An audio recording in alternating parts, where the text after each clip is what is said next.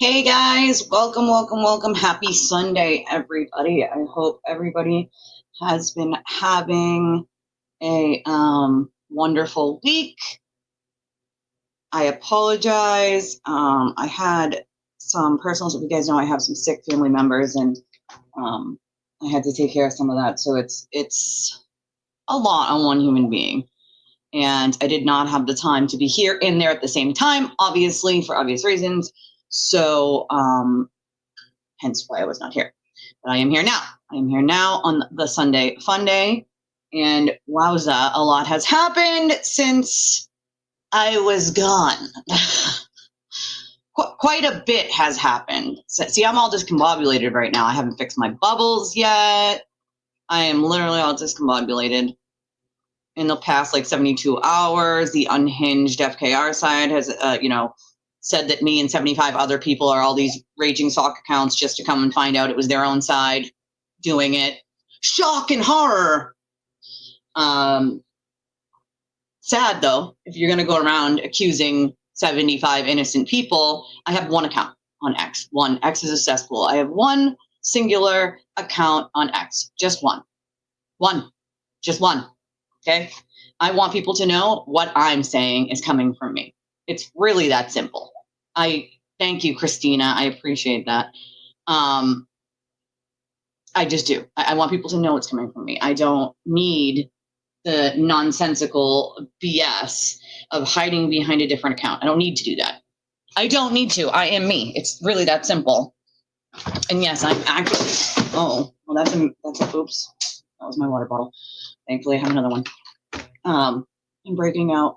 I'm telling you guys, it's like my hormones changing or something. It's because I'm old. Because I don't break out, and now I've got 2 on my chin, and it's like, bro, I'm not feeling this. I need like a facial or something. You know, I put some oil on today because I have very dry skin from my psoriasis. So I'm like, let me put some face oil on and help that dryness a little bit. Maybe that's part of why my face is breaking out the way it is. Who knows? Who knows? Hey, Ash, long time no talk. Ha ha ha. I was getting a talk to you a minute ago.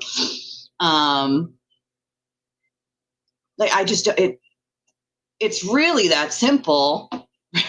I don't need to hide behind any fake account. I have one account that I use. One freaking account. One. Me. That's it. If I have something to say, I am going to say it. Okay? It disturbs me that middle-aged women are out there cyberstalking people on a daily basis and hold a license with the state of Massachusetts for respiratory therapy. That's scary. That's pretty scary if you ask me. Okay? In no world is it normal to spend every day harassing people you don't even know. And yesterday was the most disturbing. She decided she was going to try to name and shame a DV victim and her 2 small children from a picture that was taken with me about a year and some change ago while I was actively helping her escape a DV situation, and so were the authorities. And somebody kindly, she didn't have a car, so somebody kindly rented her a rental for the week to get her, stuff out and a place to go. And unfortunately, there wasn't a lot of stuff to get out because if he, you know what I mean, he kept coming back. That piece of paper wasn't stopping him, that restraining order. So bottom line is if you feel the need as a healthcare provider working in the healthcare sector to out a DV victim and her 2 small children because you don't like me, you're a sick individual and you need some serious mental health help. It's really just that simple. All this to bend down on their knees and kiss the forehead of their cult leader. It's really disturbing. It is really disturbing. I don't know any grown adult that would act like that. That's some serious mental health issues there. That's beyond help. That's inpatient. That's what I used to see in the prison. They cannot be helped outside. There's a lot wrong with people, Jess, as we know. But if you spend every day, all day stalking me, you don't even know me online, and then outing a DV victim and her 2 small children, which is funny because she tried to imply that one of those 2 small children were mine. Anybody with eyeballs who's ever seen that picture can tell neither one of those children are mine. They're hers. Shocker, I know. Of course, we all know. I only have one unhinged stalker. One stage 5 clinger, folks. One. There are other like less stage 5-y psychos, but this is my only stage 5 psychopathic cyber stalking clinger. Okay. Yes, they do. They need some serious 24/7 care. I don't know why their family hasn't sought the help that they desperately, clearly need mentally. We're talking about her complaining that the kids were belted at the waist, right? My friend's kids. As if children, once you belt them and get in the car, as if they don't take that top part and put it behind them, still belted, but as if they don't have arms and legs and they don't do that. Every kid in the history of seatbelts has done that, including my own kids. They've done that. And I yell at them when I catch them, but if you're looking at the road and you're driving, and usually your passenger is facing front, so you're not going to keep looking back every 5 seconds unless you know you need to, unless you're handing somebody something like a juice box or a snack.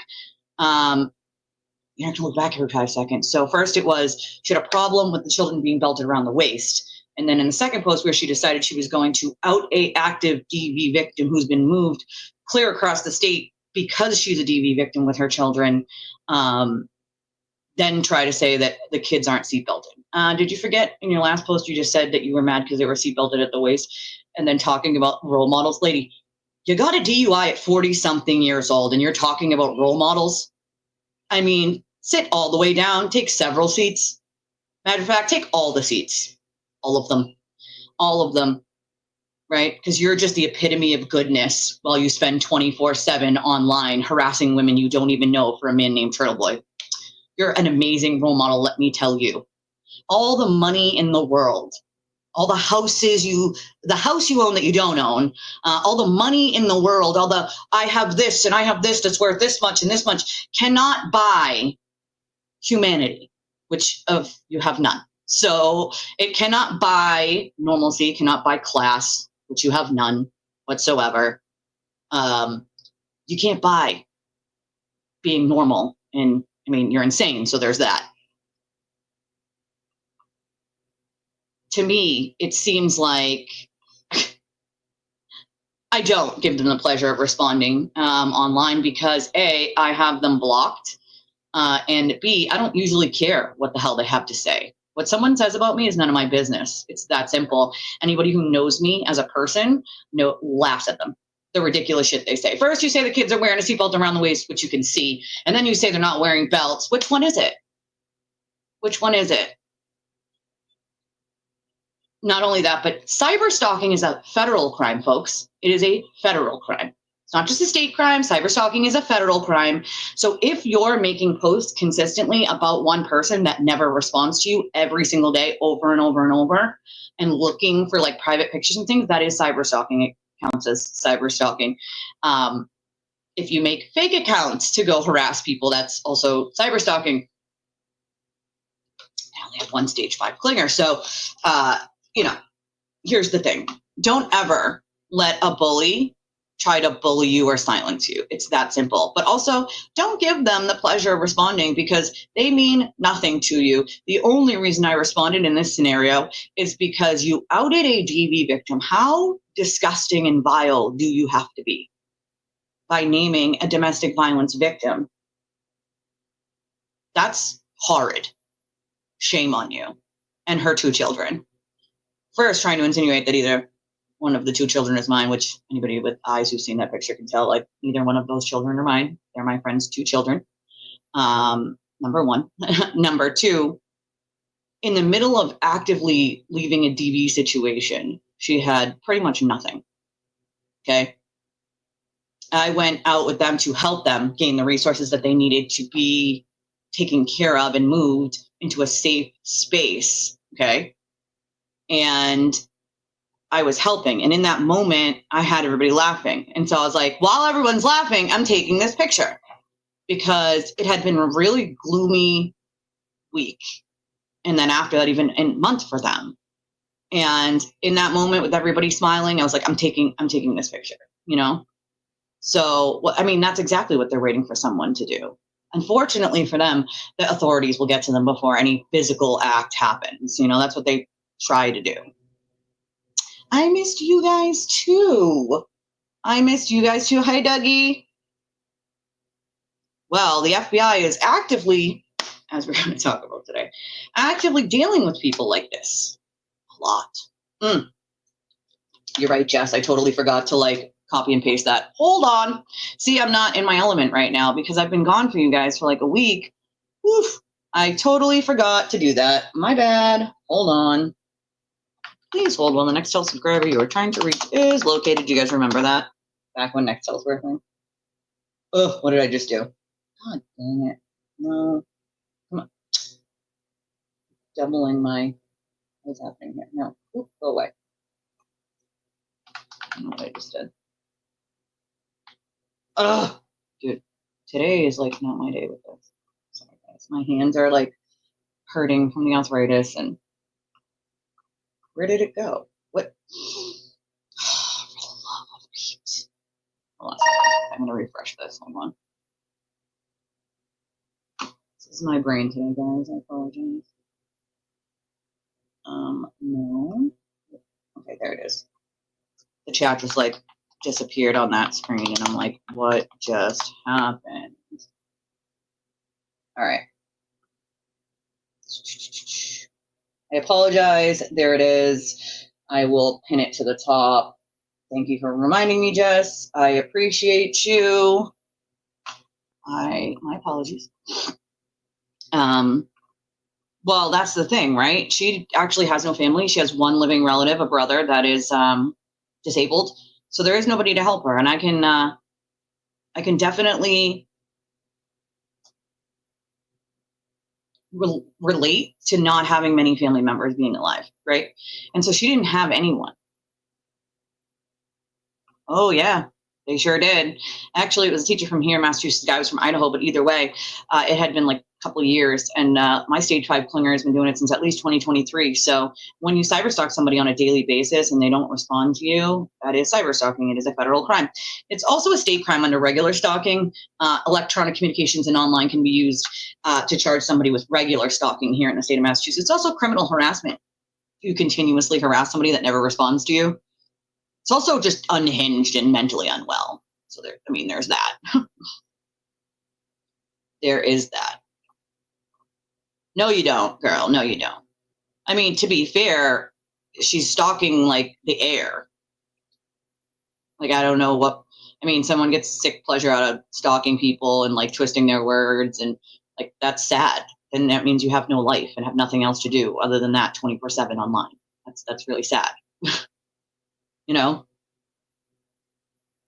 Well, that's the thing, right? We're talking about the same woman talking about, oh, no, but the adults aren't wearing a seatbelt. I'm a grown-ass adult. I don't have to wear a seatbelt. You're right. I don't wear a seatbelt. I'm a grown-ass adult. I don't need to. How about them apples? Put that in your juice box and suck it. I don't know what to tell you. I'm a grown-ass adult. I don't have to wear one. And role models. Lady, you got a DUI in your 40s. Who the fuck are you talking to about role models? Like, sit all the way down. Take all the seats. All of them. All of them. You're disgusting. I know you did, Ash. I know you did. Hello. You know what I mean? It's like, what in the actual hell? I know. I will be covering that and something else that's happening tomorrow too. Thank you. Appreciate that. I know, right? Shame on me for being a good person. I guess I'm just a shitty person because that's what they say, right? It's amazing to me the shit that they say is like the actual complete opposite of what happens in real life. But hey, listen to the call because they're definitely always right, and they definitely don't do shady things and lie under oath and lie to judges. Oh, wait, they do. I forgot about that, you know. Well, that's exactly what it is. That's exactly it. Once that happens, you're a target, right? And you get a stage 5 clinger like I have. I have a stage 5 clinger. It is what it is. Yes, he does. And that is the one that I was originally covering, and hopefully it doesn't run into the Stern stuff. Impact statements get to be read. So, yes, he has the sentencing hearing tomorrow. Wait. Yeah, the 21st. And then there's something on the 23rd. 23rd. What's on the 23rd? Something's on the 23rd. I have everything written down. I did not forget, though. I remembered. All right, so let's talk about, hold on. Oop, let me get this up here for a second. No. Remember I said to you guys a while back, the feds have been watching. They are watching. Hi, Rhonda. You know, I wish I could say that I did. It wasn't really much of relaxation other than I have dinner with Claire, and that was really nice. Me and Claire went out and we had dinner, and we had laughs, and we had a drink, and it was fun. We had a blast, and it was really nice to get out because you guys know, I'm usually running around doing something for someone else, and so that was my like one day where it was Friday, I believe, that me and Claire went out to dinner, and it's very, very nice. And that was a break for me for sure. But other than that, unfortunately, I have family members to care for, so it wasn't much of a break. My break will be when I go on vacation. Hey, DJ, on this upcoming Friday to Sunday. So I will give you guys like a little impromptu live while I'm out there at the river, but I won't be here Friday day or Saturday or Sunday. So there won't be a Sunday Funday next week, and there won't be a Saturday, and there won't be a Friday, but I will give like a little impromptu during that time, maybe even like one on Saturday, one on Sunday, you know? So yeah, so here we go. That's what I was just about to say. All right, hold on. Let me share the screen here with you guys. Also, by the way, if you haven't already, there's this little thing here at the bottom of the screen. We'll pop the big one up. Make sure you hit the like button. I'd appreciate that very, very much. If you would like to support the channel, I just had to take a week off, and we could always use that support. You can do so a bunch of different ways. You can hit the like button, the subscribe button, or you can do things like donations on Venmo, Cashapp, PayPal, Revolut, and we have a link pinned to the chat. You can use that in any country for any kind of donation you want, any amount, and you can use your credit or debit card. So you don't need to have any of the payment apps. It works for that. Those are the best ways to donate to the channel. Also, get yourself a membership.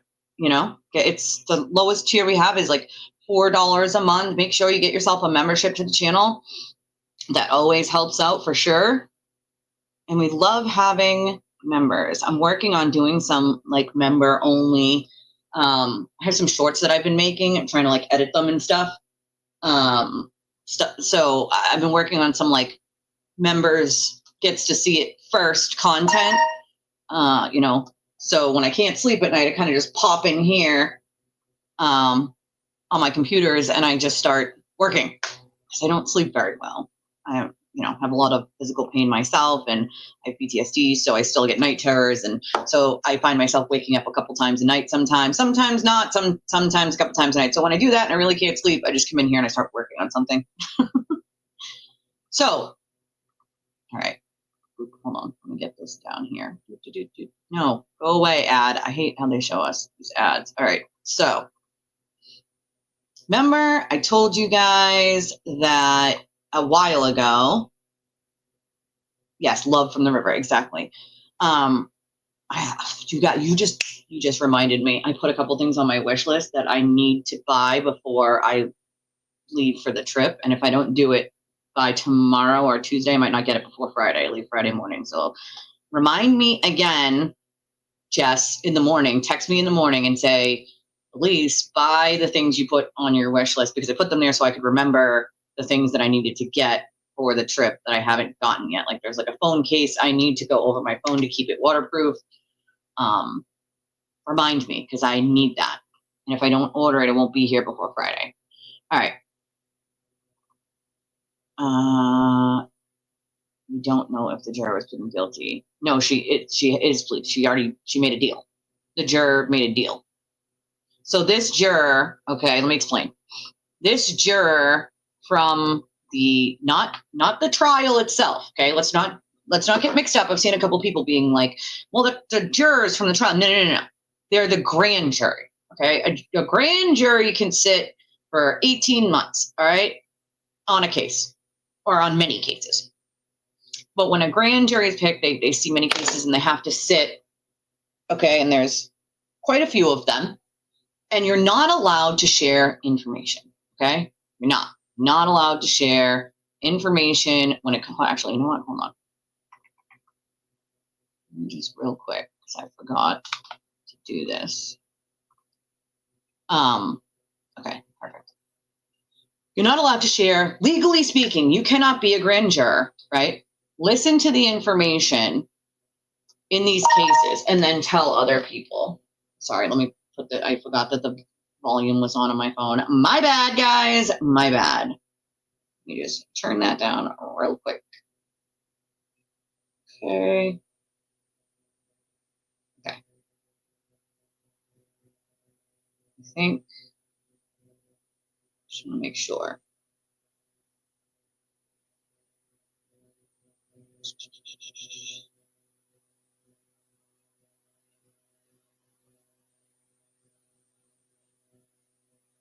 Okay. Oh, crap. Hold on one second. Hold on. Sorry, guys. I have to do something real quick. But this is a damn good question. Basically, a grand jury cannot share information with other people. So this grand juror, while I'm doing this, I'll explain. This grand juror decided they were going to share information about the Karen Read trial. So about the grand jury for the Karen Read trial. So it's about like the investigation of the investigation, right? You can't do that. You cannot do that. Under no circumstances can you do that. So this juror decided with whoever she was going to share this information with, okay, and got tipped off that she was sharing this information, obviously. How they got tipped off, that's up to you to decide. How do I think they got tipped off? Someone obviously told. I think it was backed up then by possibly Aiden's communications and his devices that they have, okay? Remember now, that he only gave them the password recently. He's been fighting for 2 years to not have his stuff looked at by the taint team, right? And so unfortunately for him, he lost that, right? Yeah, so she did. She shared info on the Karen Read jury. These are what my sources all tell me, okay? The grand jury, remember, it's the grand jury, not the regular jury. So she's a grand juror, all right? She's been charged with leaking confidential information about these closed-door hearings, okay? Her name's Jessica Leslie. She already agreed to a plea deal, all right? She has already agreed and signed a plea deal that gives her 1 day, a day sentence, which is then suspended. They suspend the 1 day sentence. It says credit for time served, which means she could have sat in a cell when they originally picked her up, and they decided they were going to count that as time served, right? So she agrees to that, and 2 years of probation.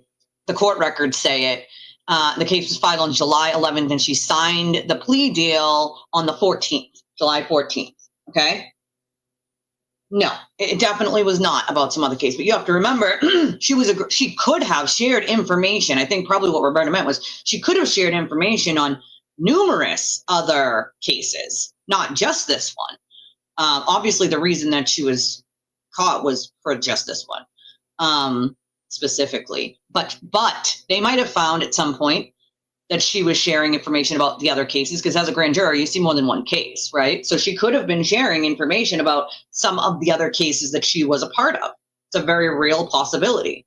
What we do know is, at least my sources tell me, that yes, it was because she was sharing information from the investigation into the Karen Read case, and that she shared it, again, this is what my sources tell me, with more than one person. So this friend that she shared it with was not the only person that she shared this information with, and she made a deal, right? Now, when you talk about a deal, okay, I don't usually see sweetheart deals like this unless she has some pretty good information that the feds are looking for. So it would stand to reason that the only reason why she was given such a good deal like this was because she had some intel that they wanted, right? On someone or something, someone she could tell on, right? And that's why she was given this deal. It doesn't really make sense any other way. They would not have given her this deal. And this was just a nothing burger. I see a lot of the FKR being like, that's a nothing burger. It's not a nothing burger. And she wouldn't have gotten this kind of deal if it was a nothing burger. All right. It also wouldn't have been announced the way it was if it was a nothing burger. Let's just throw that out there. Okay. They don't announce every single case. You know, they don't. They don't announce every case they prosecute. They don't announce every, you know, tiny little thing that they do. So the fact that they did make a a press release about it tells me that they want people to understand that they will charge you if you do this, right? Which tells me that they have found it's kind of a bigger problem than what the public is being told at this moment, okay? Yeah, see, so did mine. And I obviously have no idea who their sources are. I don't know who ABC or Fox News or the Globe use as sources. I worked in the prison system. I worked in the criminal justice system. So I have sources all over the place. I have no idea who their sources are. I know who my sources are. And according to my sources, it's not just one person. That this Jessica Leslie person did not just share the information with only one person. That she shared it with multiple other people, and that it was, in fact, Karen Reed related. Okay?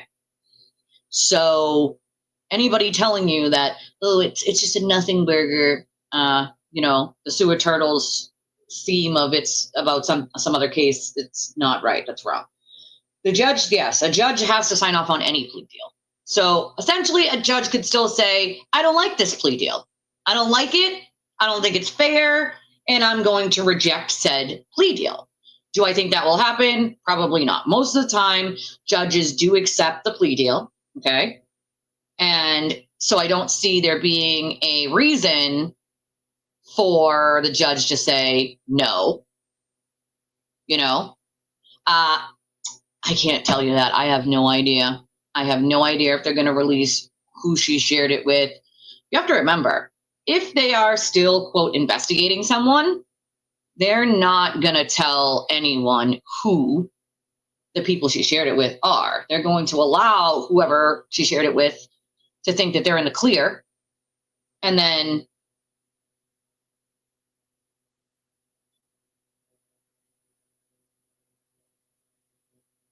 hold on. Sorry, guys. I have my coffee coming because I have not had coffee this morning. So I have my coffee coming. So I just have to. Whoop. There's we have a service that's kind of like DoorDash in our area, but it's not DoorDash, and it doesn't have DoorDash. It has fees, but not like DoorDash. It's much cheaper than DoorDash, and it's run by a family. And it's actually I'm actually glad that they have it in my area, because obviously not every area has that. And the woman does an amazing job, and I always prefer her over DoorDash or something. So if she's busy, I usually order it online, and then she picks it up for me, and I just pay her a fee to pick it up, and it's a very small fee.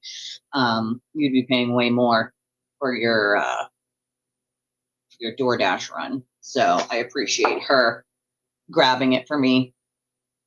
But it's not okay. It's not a small situation. All right. Let's just throw that out there. I don't know if you'll ever know, but they're going to let the person or people's more than one person. So it's people that it was shared with sort of let the rope out to hang themselves, right? They're going to let them think, hey, they're in the clear. They're good to go. They didn't get caught. Just this lady did. And let them talk. Now, as far as I understand, the feds have been monitoring not just social media, but communications, which leads me to believe that they have a warrant to have people's communications wiretapped. So I think there will be more to come on this. I don't know when, obviously, but I do think that there'll be more to come, you know. Oh, yeah, they absolutely can. For a civil trial, and now that they're known, they can be, disposed to see if they have anything of value to bring to a civil trial. But hey, Anna, would part of the plea deal be that she signs an NDA to not reveal who she? No. Usually NDAs don't come along with a plea deal. Usually with a plea deal, though, if you do not tell the folks, so you're agreeing in a plea deal, especially with the feds, a lot of the times what it is you agree to do X, Y, or Z for them, and they agree to this sweetheart deal for you, right? In turn, if you lie about anything, you lose that deal. So for instance, they say, okay, we'll give you this deal, right? But in turn, if you lied to us about a single thing, then the deal is off. And I've seen this time and time again, especially when it comes to federal plea deals, that they put that caveat in there because a lot of times somebody will still try to cover for someone and lie. And if you do that and you make the feds look like a fool, guess what? You just forfeited your right to that deal. And now they can go after you and they can use anything you said or did while trying to, quote, help them in that deal against you. And so 9 out of 10 times it's in the deal that if you lie, then the deal is off. They can use everything you said or did while trying to follow the deal against you. So it's in her best interest, Jessica Leslie's best interest, to not lie. It is in her best interest to tell the truth and nothing but the truth and save her own ass. Because if she doesn't and she lies to save anyone and they find out, and they will, you lose that deal. You lose it. And then they come after you for the whole thing, the whole kit and caboodle. You know, me too, Anna, me too.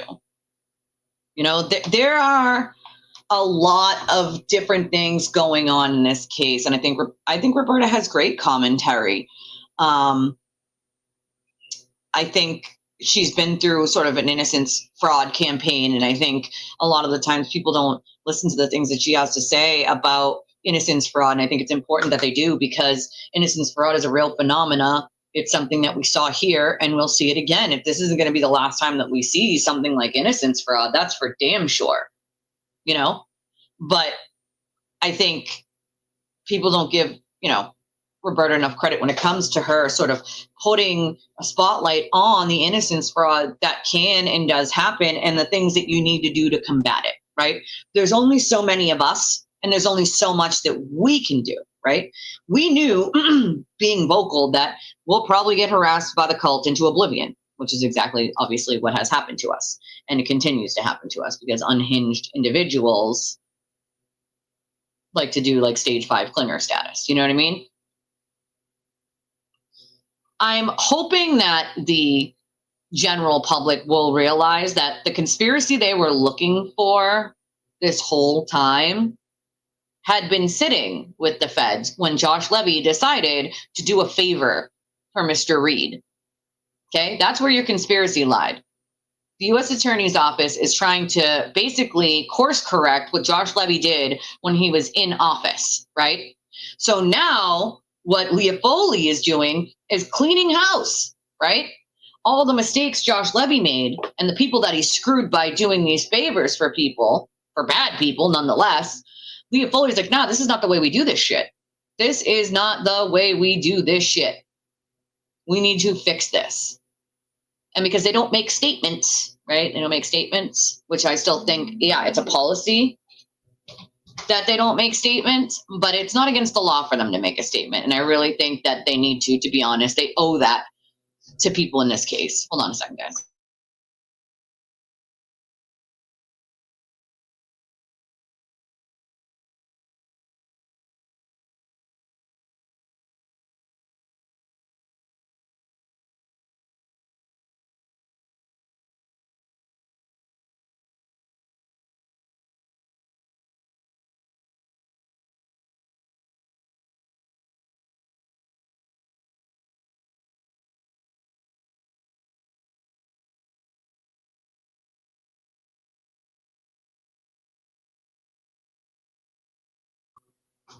I agree with you, Pam. It is everything.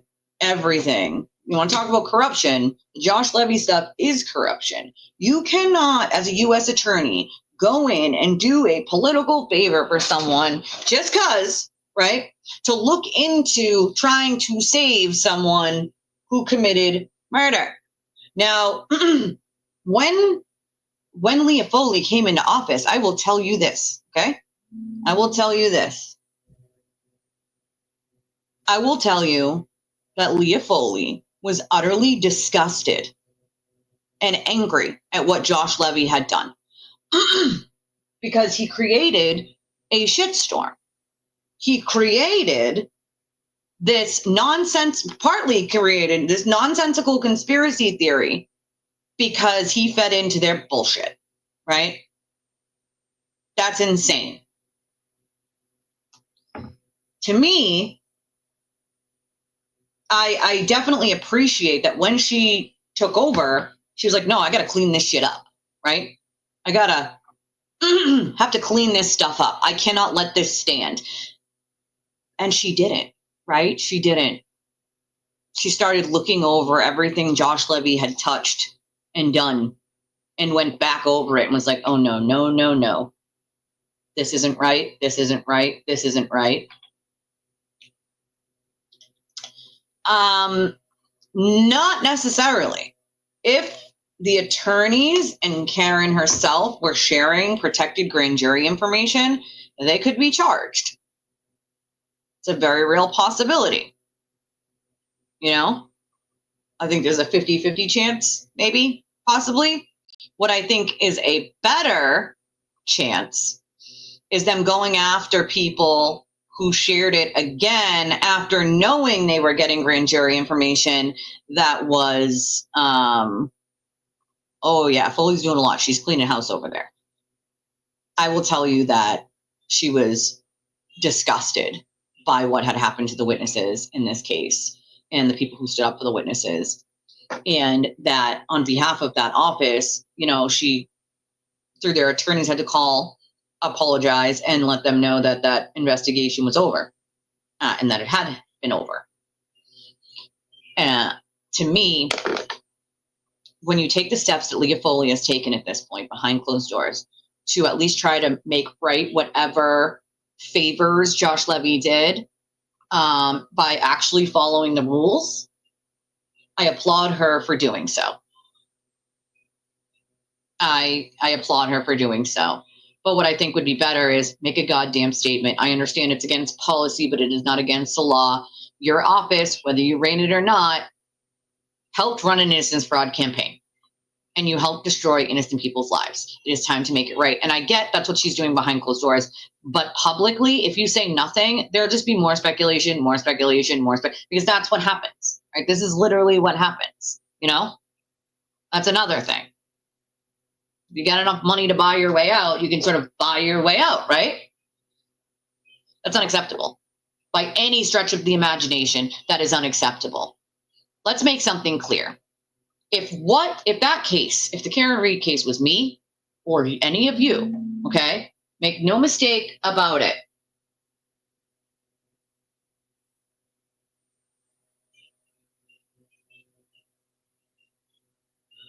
We would be sitting in prison. There would have been no federal investigation into the investigation because there was nothing to investigate.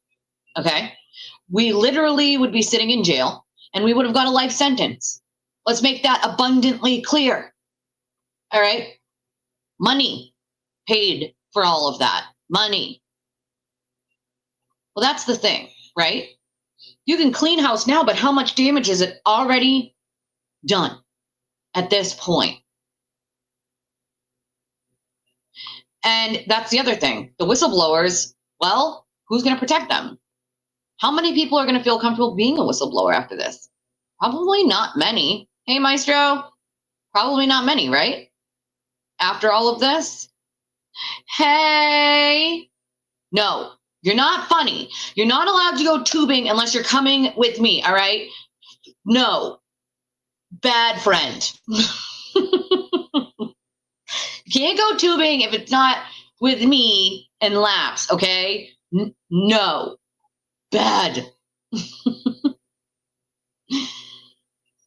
I mean, they can clean house, but how many lives have they already ruined? I kid you guys not. I literally can't wait to go tubing down that river. I can't. I literally cannot. Like, Friday cannot come fast enough for me.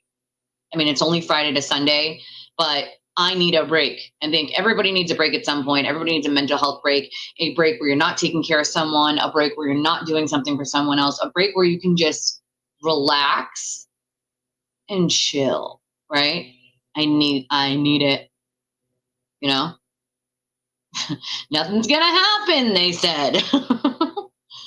I do, Pam. And as a matter of fact, funny you bring that up.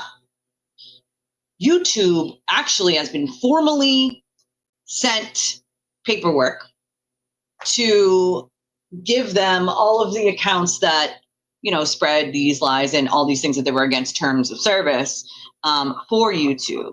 And they were sent that quite a bit ago. And they came back and said basically like, oh, we'll investigate. We'll look into it, right?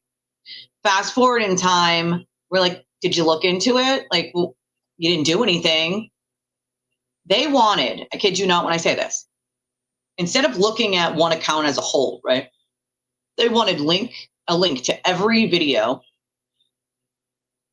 that terms of service were broken in. And we're like, the whole channel is a break of terms of service, okay? The whole thing. Oh no, they wanted links. So we sent links, sent all of them, all endless amounts of links, okay? And Ashley spent a lot of time doing that, a lot of freaking time, okay? So big ups to Ashley because she did all that work. And, basically they say, hey, we'll still look into it. Now, we sent something back saying, hey, you've been saying you're going to look into it, but we want to let you know, legally speaking, since you've done nothing, and since we've given you more than enough information to do something, you now could be legally liable for just ignoring it outright and not doing anything, which they could be found legally liable if they did nothing. Please hold a second. This might be my coffee.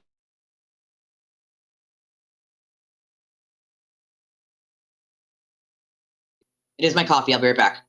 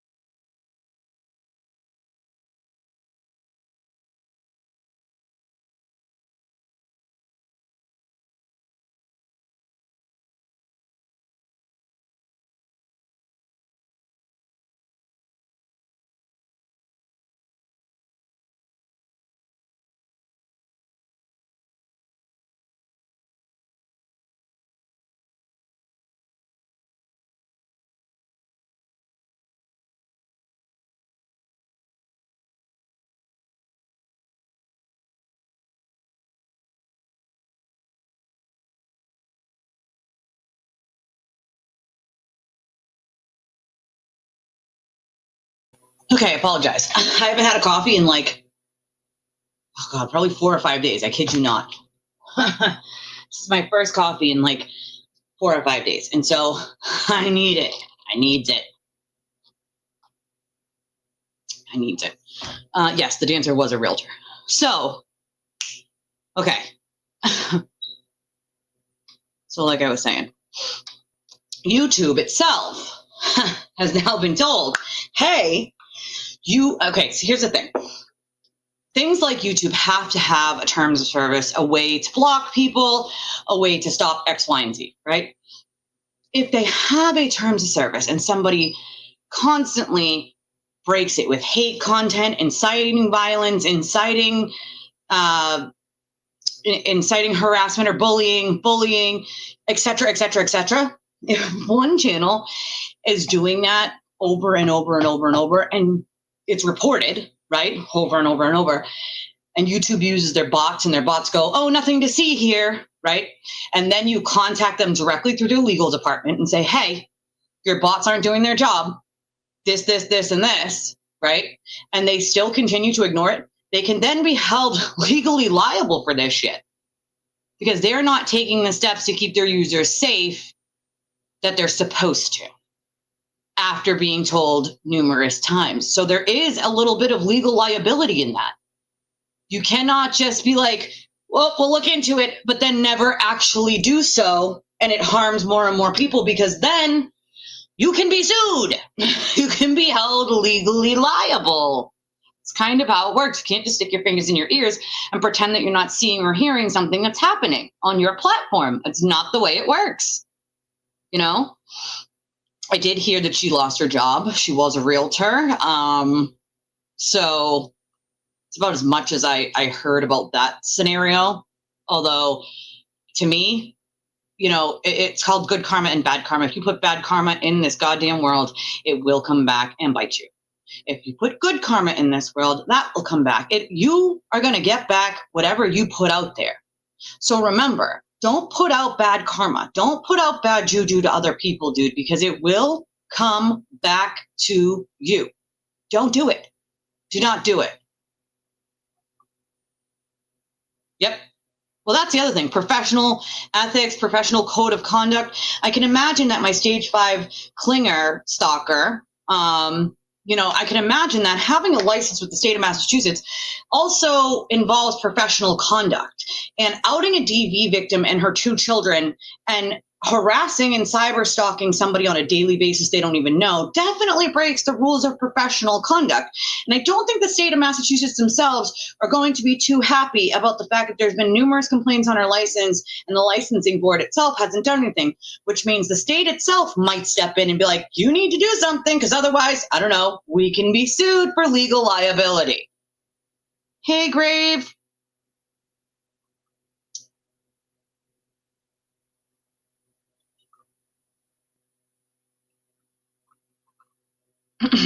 So, well, yeah, I mean, she probably just doesn't work for them. You know what I mean? You use your own license when you're a realtor, so she could just go work for another company. But I do think what she did was absolutely deplorable. And that's half the problem.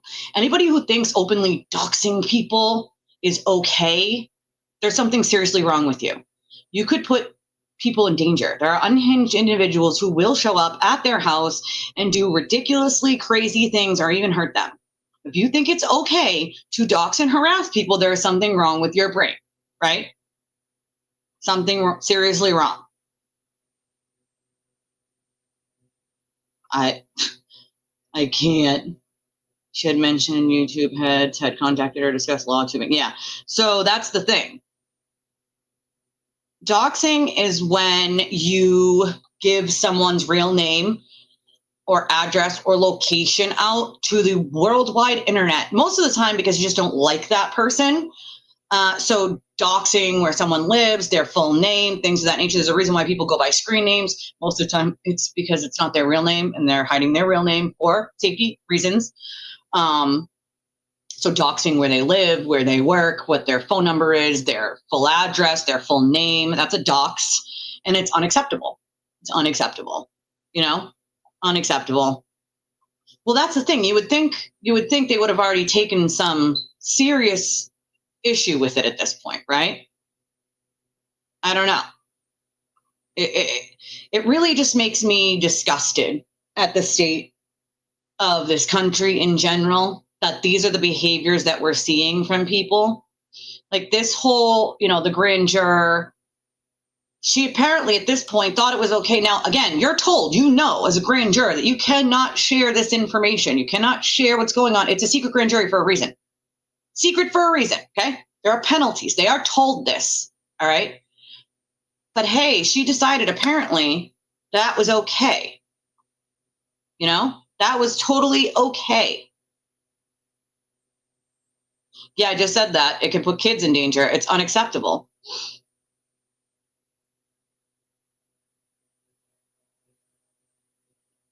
Sort of. It's mostly when you give people's personal information out that you have no business giving out, you know?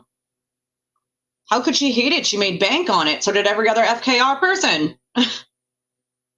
And I don't know, you know, you guys know I've moved on to other cases, right? I've moved on to covering other cases. I'm noticing that a lot of these people, they're not moving on. They're not moving on to other cases. They're going right back to the Karen Reed case. And it's like, you can't cover the same case forever. It's over. Move on, people. Like it's over.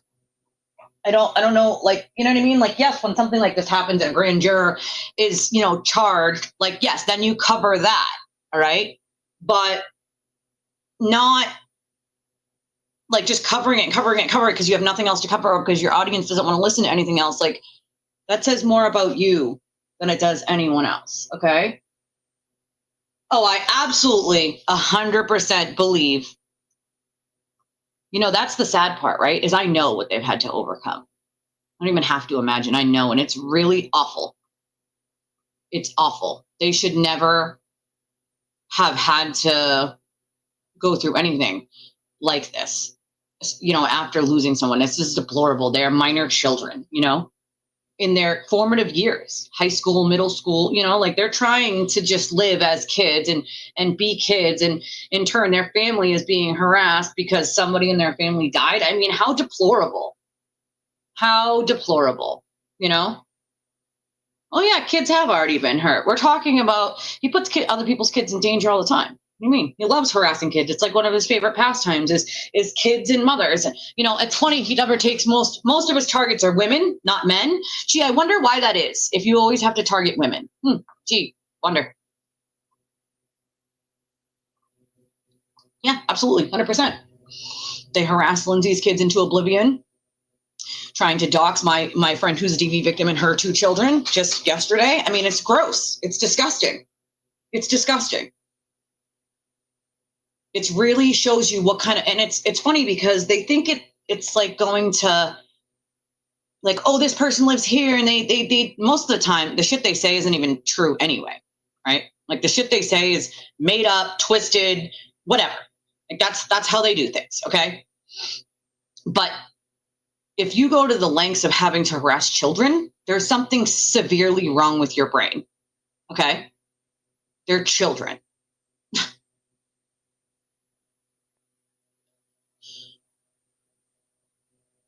No, yeah, it's secret. So he would never have access. Nobody would. Nobody would have access to grand jury testimony ever, except eventually, maybe, like they did in this case, the attorneys who got grand jury minutes. Okay, so the attorneys and maybe the attorneys' clients, because a lot of the time the clients don't look at the stuff. It's just the attorneys do. So, but in this case, the clients did, right? But this was before they got the grand jury minutes that this juror was leaking out certain things, and then after as well. So again, in my mind, I fully believe that he got information from her directly or from the friend that she leaked it to. It's really that simple. He talked about having grand jury minutes, talked about having secret information. He can backpedal until the cows come home. The problem with that is the feds could have already tapped his phones right now. They could have already been monitoring his emails. We know that they've been monitoring communications already since a couple months ago. So there is no knowing. And then they would have access to what the state is already going through of his stuff if they just sent a subpoena and said, hey, I need this information.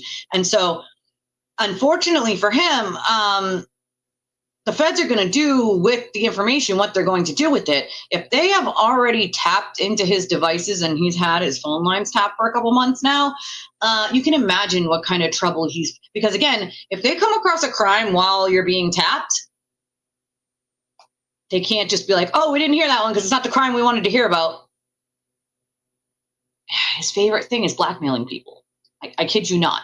His favorite pastime is blackmailing people. And I scream from the rooftops to these FKR people, if he's so innocent and it's just a giant conspiracy against him, which the fact that these people are even claiming that his charges are some grand conspiracy against him as if he didn't commit those crimes himself of his own volition is amazing to me, okay? Blaming Leah, blaming Lindsay, blaming Kate. It's absurd. Nobody made him go to Lindsay's house that day. He did it himself. Nobody made him do it, okay? Nobody made him go with a bullhorn past the witnesses' houses. He did that on his own. So nobody made him go to Chris Albert's pizza shop. He did those things on his own and then has the audacity to claim some grand conspiracy. I mean, that's amazing to me. And it's amazing that anyone's buying it at this point. The fact that they are literally, I think it was a couple days ago, he did this tour where they, like, each channel raised like thousands of dollars towards his defense fund. Why are you raising thousands of dollars for a defense fund of a man who will continue committing crimes of his own volition Okay? He does not care. He will throw every single one of you under the bus, even if you didn't do anything wrong. He'll make it up if he thinks it'll save himself. And I think a lot of people are going to find that out real quick. That's for sure. Real quick. Real quick. And I can't say that, we didn't tell them. We tried. We tried.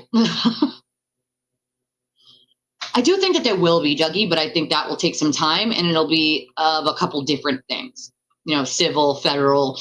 I think some consequences will happen, the BBO, but I think it will be over a period of a lot of time, Yeah. I mean, she admitted her bias even in trial 1 because she worked with Alan Jackson. So there was that, I wanted to like her. That's the part that got me. I wanted to like her. But then I came across an article on her where she stopped being an attorney because she made $250,000 a year on YouTube or something like that. And I was like, I would never give up being an attorney. That was like my life's goal until I had a sick child. So as most of you know, I have a terminally ill kid, and that was like where I was going to go. I was going to be an attorney, and my life didn't go like that. And I would never give that up just for YouTube, ever. I love the law. I love it with a passion. I love helping people. And that is not something I would ever give up. And that kind of gave me pause with her. I go, you gave up your career as an attorney to just do YouTube full time because it made $250,000 a year. And that was years ago. So I'm sure she makes more now,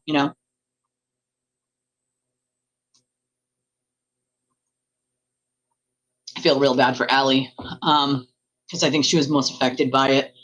It's awful. Yeah, I know. Christina's been harassed into oblivion here. And of course, you're not the only one, but I mean, it's vicious. It's vicious, And it absolutely is. It's a family wedding. By the way, the wedding, actually, fun stuff. Hold on. I'll answer this 1 second, Heartstar. The wedding, they had an amazing time, by the way. And everybody know that it was an amazing wedding, and they had an amazing time. And so even though they had to hire private security and they had cops outside, which is unfortunate, but they felt safe inside there, and the wedding was amazing. Everybody looked wonderful and everybody had a great time. So that's a plus. They could at least, that. So funny enough, I have talked to Sean since 2023. Me and Sean have been friends since the case first started. Now, we don't agree on, I think she's guilty, obviously, and Sean thinks she's innocent, but we didn't make our friendship about the case, funny enough. We made our friendship mostly about each other, our families, how everybody's doing, checking in on one another. And, I could actually probably have Sean on any time if I wanted to. I don't usually talk to Sean about the case because I value a friendship with someone over arguing about a case, right? And you don't have to agree on a case to be friends. But this case has shown anybody that people will literally stop talking to each other and attacking each other, saying things that are not true over a case, which is insane to me. Sean had my back when nobody else did. And I will always respect and have, the utmost respect for him because of that. When he saw me being attacked for simply not lying, he knows everything that happened. So he knew what was being done to me was wrong. And he was the first person to reach out to me and say, hey, this is wrong. I have your back. And I'll never forget that because there were so many people who were too afraid to say anything. And as a matter of fact, people who knew the truth actually lied about it to make me look bad to please their leader. That's some sick shit. When you know the truth, somebody's being attacked and what's being said about them is 100% false. But you then turn around and say it's true, even though you know it's false, to please your leader. That is the shit that we were dealing with back then, okay? Nobody was willing to step forward and say, this is wrong. This is not okay. This is not what we do to people. And I will not stand for this type of bullying simply because she was not going to lie for you. Okay. There were very little people that were brave enough to stand up and say anything, never mind reach out to me privately. And Sean was one of the first people, and I will always have great respect for him for that. Our friendship is outside of this case because, again, we don't agree on the way the case is. But I do think it might be nice to have Sean on to talk about the federal part of all of this, because he is a retired DEA. So he worked with the federal government, I have no idea, to be honest. I think I know their first names, but I have no idea where they go to school. I hope you did, Christina. I mean, to be fair, Dougie, I'll tell you that some police stations, some PDs are not well versed in what cyberstalking and harassment is, and they actually will think it's like, they'll say something like, oh, that's just a civil matter, or they'll say something like, oh, I don't really know what to do with that. You can't, arguing with someone online isn't a crime. But they don't know the extent of it, so they kind of dismiss it. So that's why I tell people, if you're going to go in there, make sure that you're very upfront. You let them know that the state police is fully aware of what the hell is going on, and that they told you should make a report with your local PD, which the state police is always going to tell you. Also make a report with your local PD. And do not allow them to not take it seriously, Well, yeah, oh, I'm sorry to hear that, unhappy author. That's really, I'm sorry. Morning, Francesca.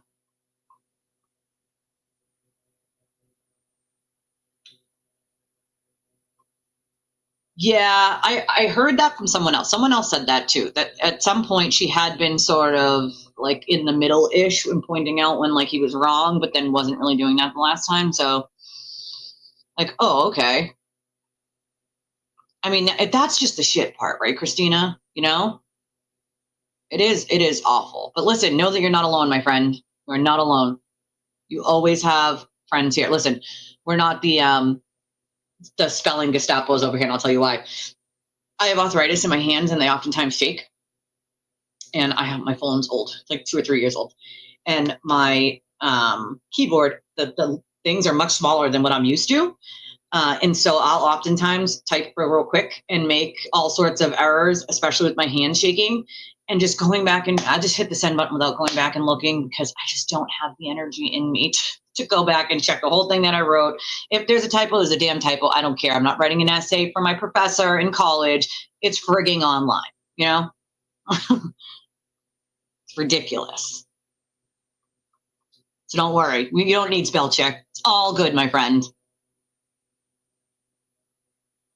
Yeah, just be glad you don't. That's for sure. Be glad you don't, my friend. Oh, yeah, he's tiny. It's very small. Very small. Very, very small.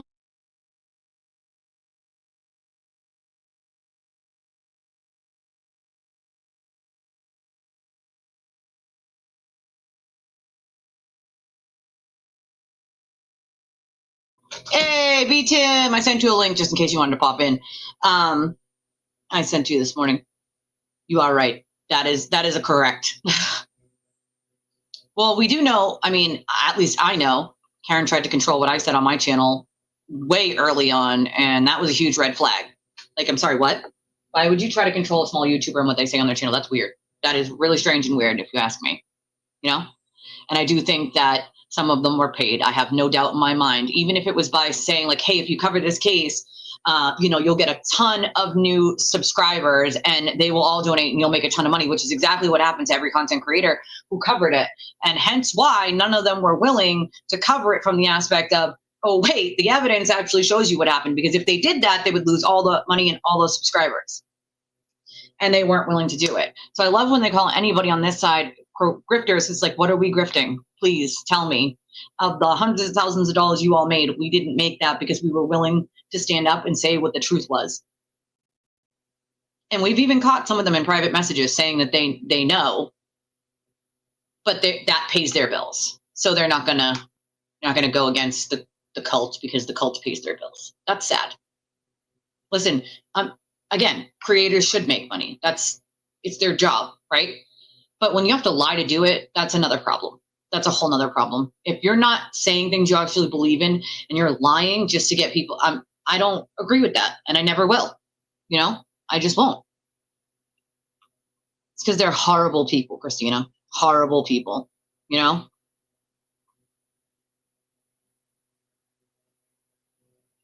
Well, that's the thing. You remember it was all talking points, right? All the same talking points over and over and over and over.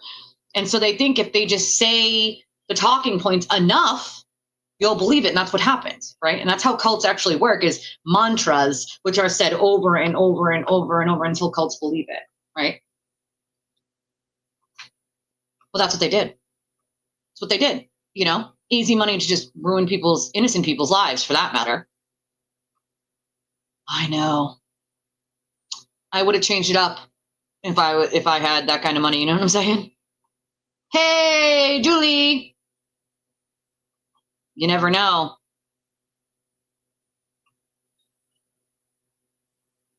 They bother a lot of us, funny enough. Julie here, along with me and Kara, we get accused all the time of every sock account on X that these people argue with. The problem with that theory is that we each have one account. I don't use fake accounts. I don't need to, right?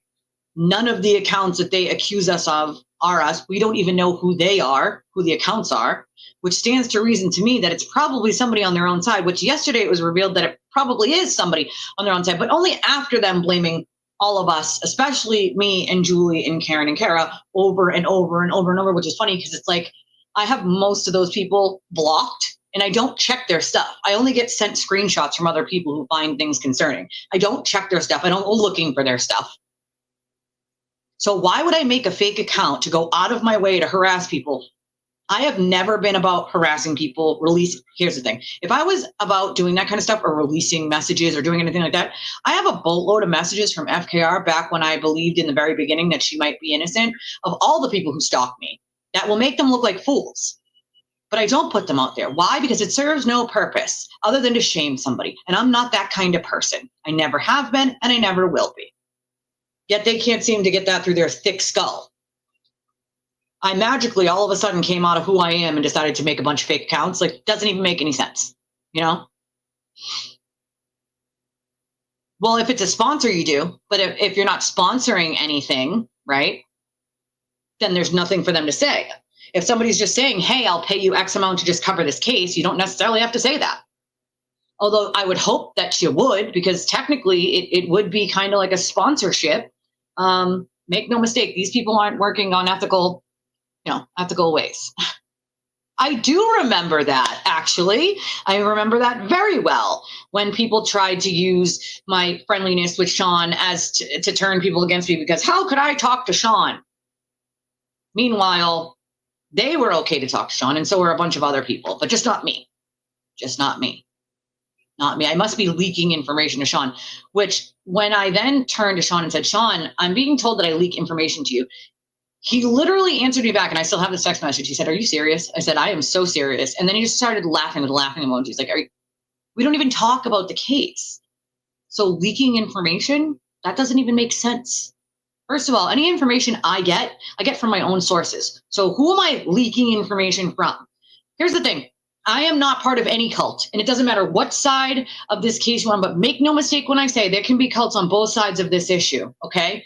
If you need to fall in line behind a creator to be in that creator's like friend group, do what they say, then that's a cult, okay? My viewers are free to do whatever they want, whenever they want, follow who they want, don't follow who they want.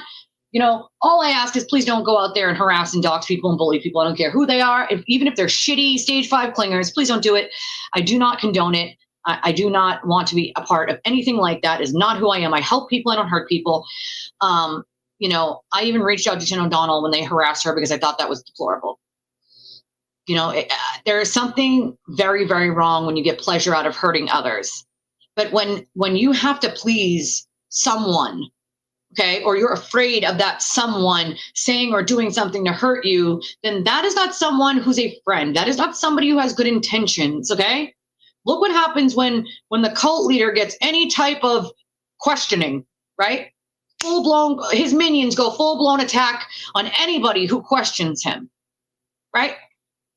God forbid you question something he said, even when he contradicts himself 10 seconds later, you know? It is such foul shit, Christina. It's such foul shit. It's just wrong. It's just wrong. It is what it is, you know? And if that's the way people want to act, like that's, you know, for them. I wish, but to be fair, the judges over there, they rotate. So at some point, Judge Doolin will be rotated out. So if that gives you any, you know, so it won't be Judge Doolin this entire time. At some point, every couple months, they're rotated out, you know. That's the only thing that we have for that. Well, that's the other thing. At least Cosgrove said, yeah, you know. It is definitely harassment, 100%. I have no idea. Again, I don't talk to Sean about the case at all. My friendship with him does not revolve around the case. It's a respect I have for Sean for, you know, having my back and not being afraid when everybody else was, and knowing what was right and what was wrong in that moment. And that is, you know, our friendship has nothing to do with this case. We don't even talk about this case. We check in on one another, make sure, like, how I ask how him and his wife are. He asks how me and my husband and the kids are, you know, things like that. It's not a relationship based around the case.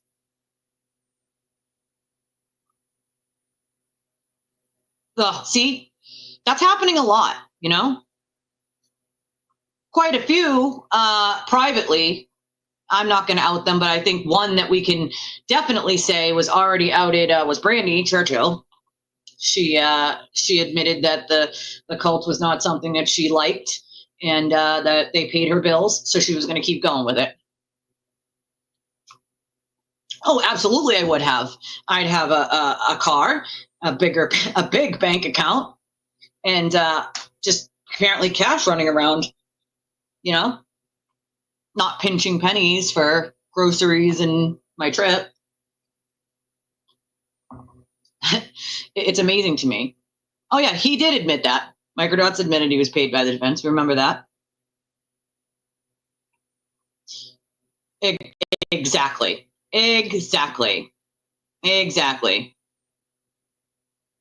Oh, I forgot about that. You're right. I totally forgot about that. I totally forgot about that. Thank you for reminding me. Well, that's the thing. There's a lot of stuff that you guys don't know. There's a lot of stuff that happened, you know, behind closed doors, privately, that you guys have no idea about. And like Julie said, it's like layer upon layer upon layer. And it's like one big clusterfuck. Let's put it that way. It's a clusterfuck, okay? Oh, conspiracy dog walk, Anna. You know, here's the sad part is I have before they went cuckoo bananas, okay? The way they act online, I don't think they would ever bring that to my face. That kind of energy, they would never bring to my face. Let's get real. Most of these people are tough guys only with finger push-ups online, okay? They're finger push-up tough guys, you know? Yeah, I forgot about that. Kevin, I forgot all about that. And I probably would have gotten that phone call had I not gotten, you know, a lap of evidence that showed me that there was no way she was innocent. She had to be guilty with all the evidence. And then I changed my position based on the evidence that I was handed. And they didn't like that. They didn't like me changing my position based on evidence. Why would I do such a thing? I need to just stay in the cult and stay saying what they want me to say, or I'm bad, right? Most of the people who know me know this is what you get. What you see is what you get. This is me in a nutshell. When I am not here on my stream, I might be just a little more foul-mouthed, a couple extra F-bombs. But other than that, the things I do behind closed doors, I would do for any one of you, okay? And I don't think people sometimes realize what people like do when they're not live streaming, you know? people have whole lives outside of that. And it's amazing to me the length some of these people will go to harass people. And apparently in their brain, they think the only thing that people do is live stream. They don't have other things that they have to do. They don't have families to take care of, or sick family members like I do, or other people that I still help through volunteer advocacy, like DV situations, things of that nature. I have a full plate of things that I do. And then I still have to work on my content for you guys. And you know what I mean? Like, there's a lot that goes into this stuff. See, I'm sure it was a pattern of behavior as they were trying to use a lot of us to sort of amplify their ridiculous conspiracy theory. And it worked for a while until some people realized when the evidence started coming out, that didn't make any sense. And Julie can attest to this because me and Julie changed our positions almost at the exact same time, probably because we're close and I could tell Julie things that I can't tell other people, and share things with her, show her things that I couldn't share with other people because I trust her with my life. And so, because that's how close we are friends. But to me, once I was given some of these things, it was easy to be like, holy shit, we were wrong. Right? Nobody could take that step to say they were wrong for a bunch of different reasons. I believe A, the money was too good. Why would they? B, they knew if they changed their opinion, they'd be harassed into oblivion. They'd be called names. They'd be doxxed. And that's what happens. And I knew that would happen. It's not a shock. But I think getting to the point where you can say, like, I was wrong, and now there's evidence to show I was wrong, take some serious balls because you know what's going to come after that. A lot of people didn't have those balls. They were like, no, I'm just going to keep raking in the money. Screw it. They watched shady shit happen behind the scenes. Now, here's the thing. When someone has to threaten people or blackmail them, they're not innocent. So anybody claiming to say that Aiden is innocent and it's all a conspiracy against him, for the love of God, use the brain cells you have left, rub them together. He's not innocent, okay? There's no conspiracy against him. He committed the crimes on his own, of his own volition. He continues to do so. And why, oh, why would an innocent person continuously need to blackmail and threaten people? No innocent person that I know needs to blackmail or threaten people. I mean, I'm just saying. Innocent people don't usually have to blackmail or threaten people into silence by saying you're going to make them Turtle Boy famous if they open their mouths, or you're going to make them Turtle Boy famous and write a blog about them and ruin their lives if they don't do as you say. If you don't get rid of those messages, if you don't let him see all your messages, if you don't keep your mouth shut about X, Y, and Z. Seem like an innocent person to you? I'm going to go with no for 700, Alex, because innocent people don't need to threaten people. Who else does that? Oh, I don't know, the top main people that surround him. Constant threats, calling people, texting people, threatening them, whether it's immediate, like in writing, we have some of those, or on the phone, which is the one he loves the most, which is to call people up and threaten them. Because, like, it's not a text message, so you can't prove it, right? So it's to call people and threaten them. Do you know what I can do to you? Do you know who I am? Two of his most famous ones are those. I'll make you a Turtle Boy famous. I'll write a blog about you. I'll destroy your life. Meh, meh, meh. I am so scary. I'm the sewer turtle. Meh. Be afraid of me. Meh. And unfortunately, some people actually are.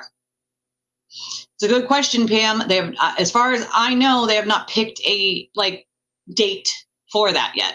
So they still haven't done motions in limine. So I'm guessing it's still going to be a couple months at least. Yes. We're going to expect to see victim impact statements tomorrow at Brian Koberger's sentencing. Yeah, I mean, I think a lot of us started to question, what is our legal system doing to protect people at this point? What is it doing?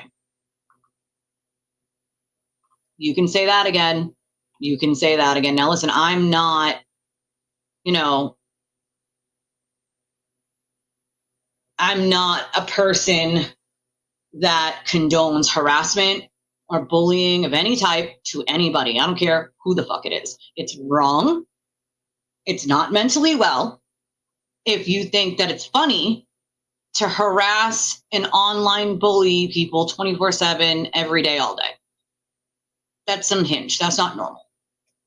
So the people that follow the sewer turtle that think it's like so funny, the things that he says and he does to other people, what they fail to understand is 99.9% of the time that he's opening his mouth, he's lying.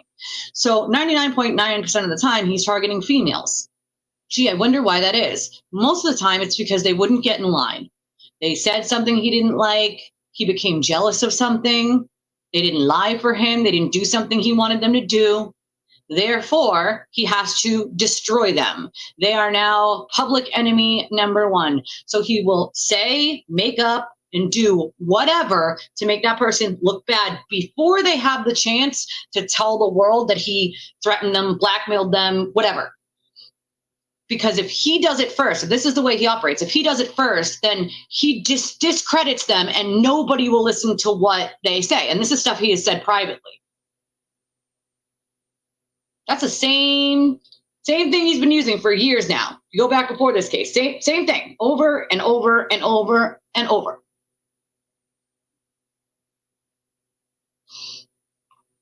If you're here because you saw a meme about me, that means you saw that from my stage 5 clinger. And I don't think it's funny. I don't think anything is funny about stalking someone you don't know and making memes of them. I don't find anything funny about that at all. At all. And that's half the problem, is we have people think that that's funny for lies to be. If it was a lie that was told about you, right, and a meme was then made about you, would that be super duper funny to you? I don't think it would be funny to you. You know? It's not funny. At all.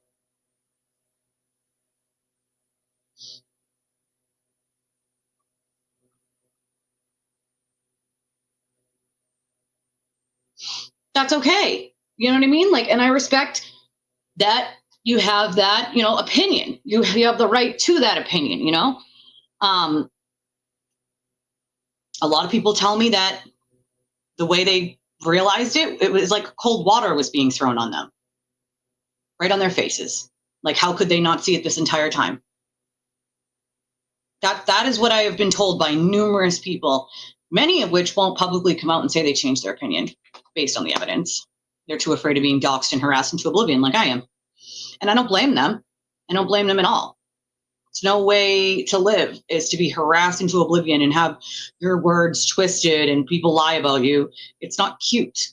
Hence why I just block those people, because they don't matter to me. People who know me know who I am. I don't need to prove myself to anybody. Certainly not the cult.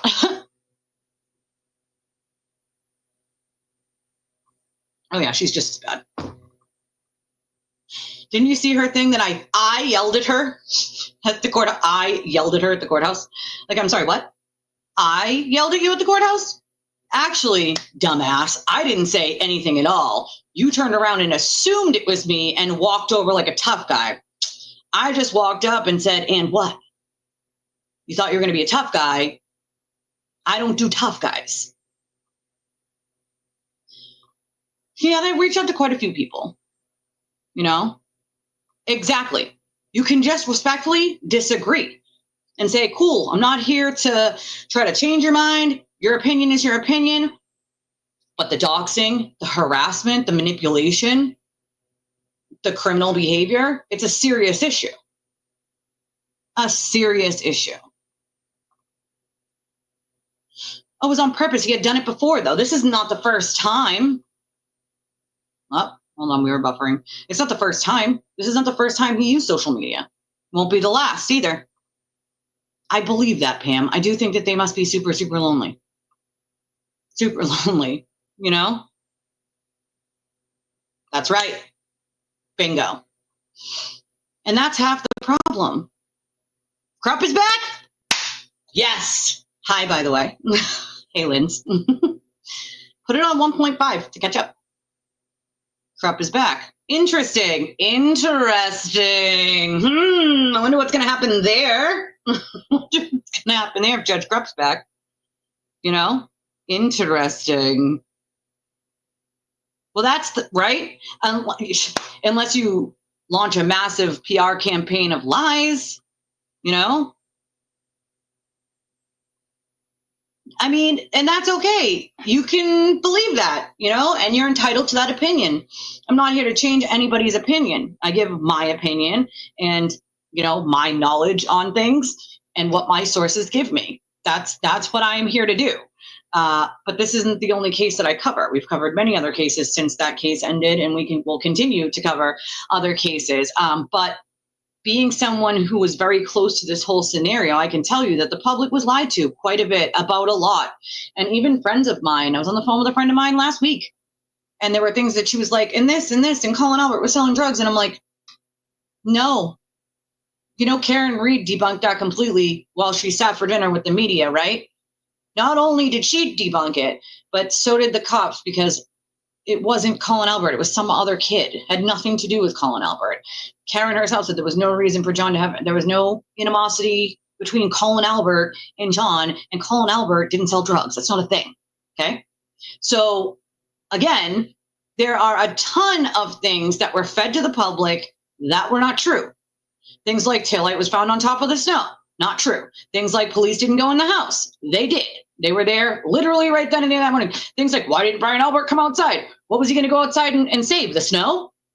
They already had John in an ambulance and he was gone by the time there was cops inside of his house. Okay? So what was he going outside in his underwear to do? Save the snow? And had he gone outside, mind you, he was not a Canton police officer. He was not a state police officer. He was a Boston PD, and he was off duty. So he's supposed to go out in his underwear and do what? Because had he went outside, they would have said he tampered with evidence. That would have been the talking point, is that he tampered with evidence if he had gone outside. That is the on-duty job of the police officers. So when people are like, why didn't he go outside? To what? To the snow? John was already gone. So what is he going outside for? Also, there's officers in his house to talk to him. He's being woken up and he's coming down the stairs in his underwear and his pajamas with police in his house. The police are in his house. Amazing to me, some of the shit these people say that is 1,000% false. And then they just repeat it over and over and over. And then other people repeat it. People assume that because it's been repeated 70,000 times that it must be true because, well, 70,000 people repeated it.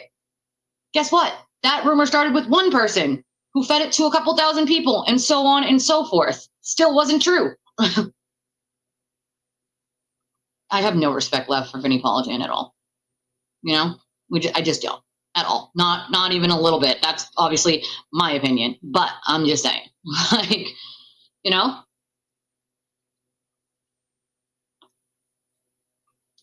Not only was there not time to frame her, like, who framed her with the supposed taillight pieces, considering you would need a time machine if you were Trooper Proctor who never went to 34 Fairview that day. So unless you have a time machine, the CERT team was finding pieces and they were still in the Sallyport. So those times don't match. There is literally no time for anybody to plant. CERT team was on scene, waiting to search the whole time. So, also, yeah, the FBI looked into all that, and guess what they found? That there was no conspiracy, that none of the witnesses were, they were cleared. They were cleared, and if you're just starting to follow this case, then you probably wouldn't know that before the second trial, pre-trial, in the second trial, the attorneys for the witnesses were allowed to talk about how the feds had talked to them and said that their clients were cleared. So they were allowed in open court. They got permission from the feds to say in open court that their clients had been cleared in the federal investigation. Also, the cops were all cleared. So an independent audit and a federal investigation showed that there was no conspiracy, there was no cover-up. Yet people love to just ignore that part. They love to invoke the federal conspiracy and the federal investigation when they thought that it might uncover some grand conspiracy that they were talking about. They loved invoking that federal investigation, but you don't hear anything about that federal investigation anymore. Why is that? Oh, and also the sewer turtle admitted lying to his entire audience, and that Karen lied to people on camera when they said they didn't know that the federal investigation was closed, that they actually did know it was closed in February. But they just didn't tell you guys that. Oh, gee, I wonder why that is. Oh, because they needed you guys to believe that it was still open and that someone like a quote McAlbert might be arrested for this grand conspiracy. They needed you all to believe that still during her trial. So they were not going to tell you that it was actually closed. Why would you lead people to believe something's not closed if it's closed, if you have no bad intentions? I'm just asking because I was already screaming from the rooftops. My sources had told me long before that. And they also told Ted Daniel. So shame on Ted Daniel. He knew at the same time I did, which was long before it was announced that that federal investigation was over and found nothing. Just saying. Oh, shit, I forgot about that. You are right. You are right. You are right. Right? You know what I mean? Well, that's the thing. If people had actually like did a little bit of research and wrote stuff down, they would have seen like it's down to the minute. There's no like physical time. You know? Interesting. Oh, shocker. Says stuff like that all the time. It's mostly women anyway, you know? And that's half the problem is when you have people in positions of power who are lying to dupe the general public, that is a huge problem. You know? It's a huge problem.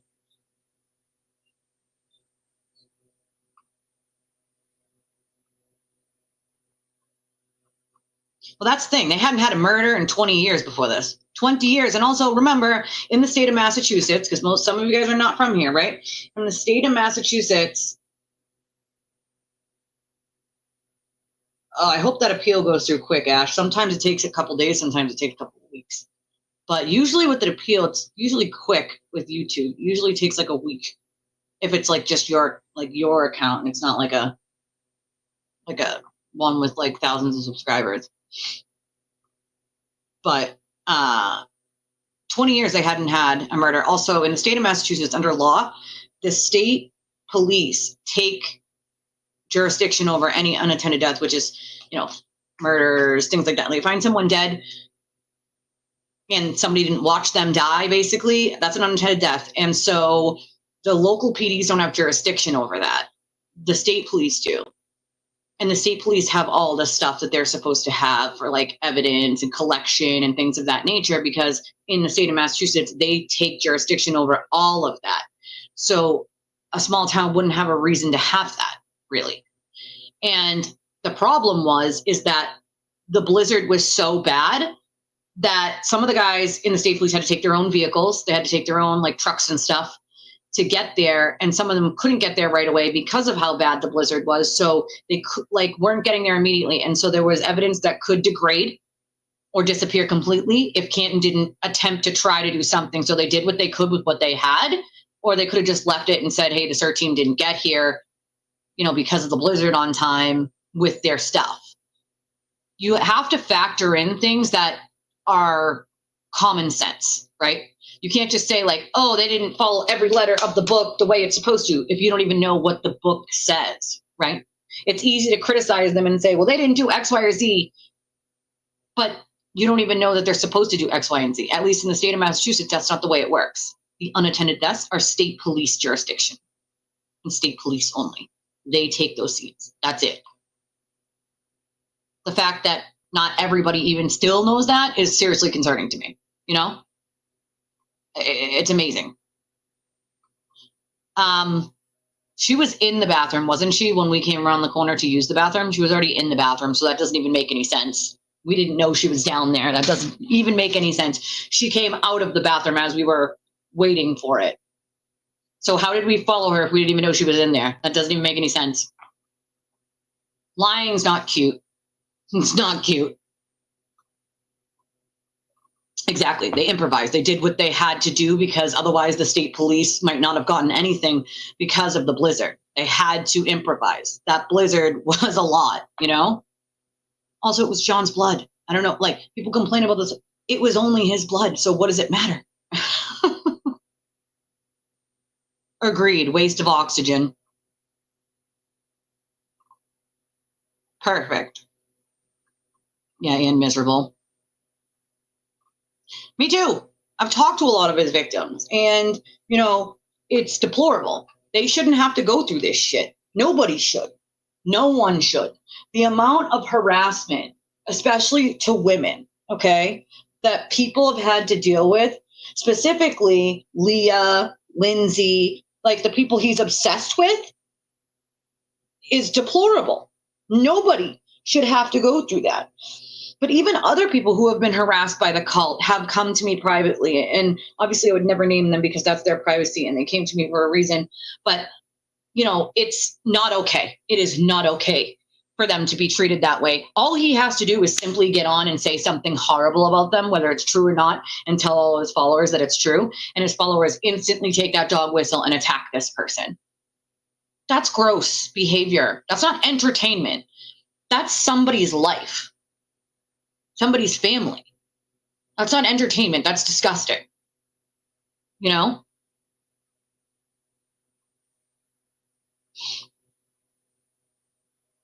Well, that's the other thing. They had no reason to. No reason to. None at all. No, I don't think she'll make a statement. If she's smart, she'll keep her mouth shut. She'll keep her mouth shut.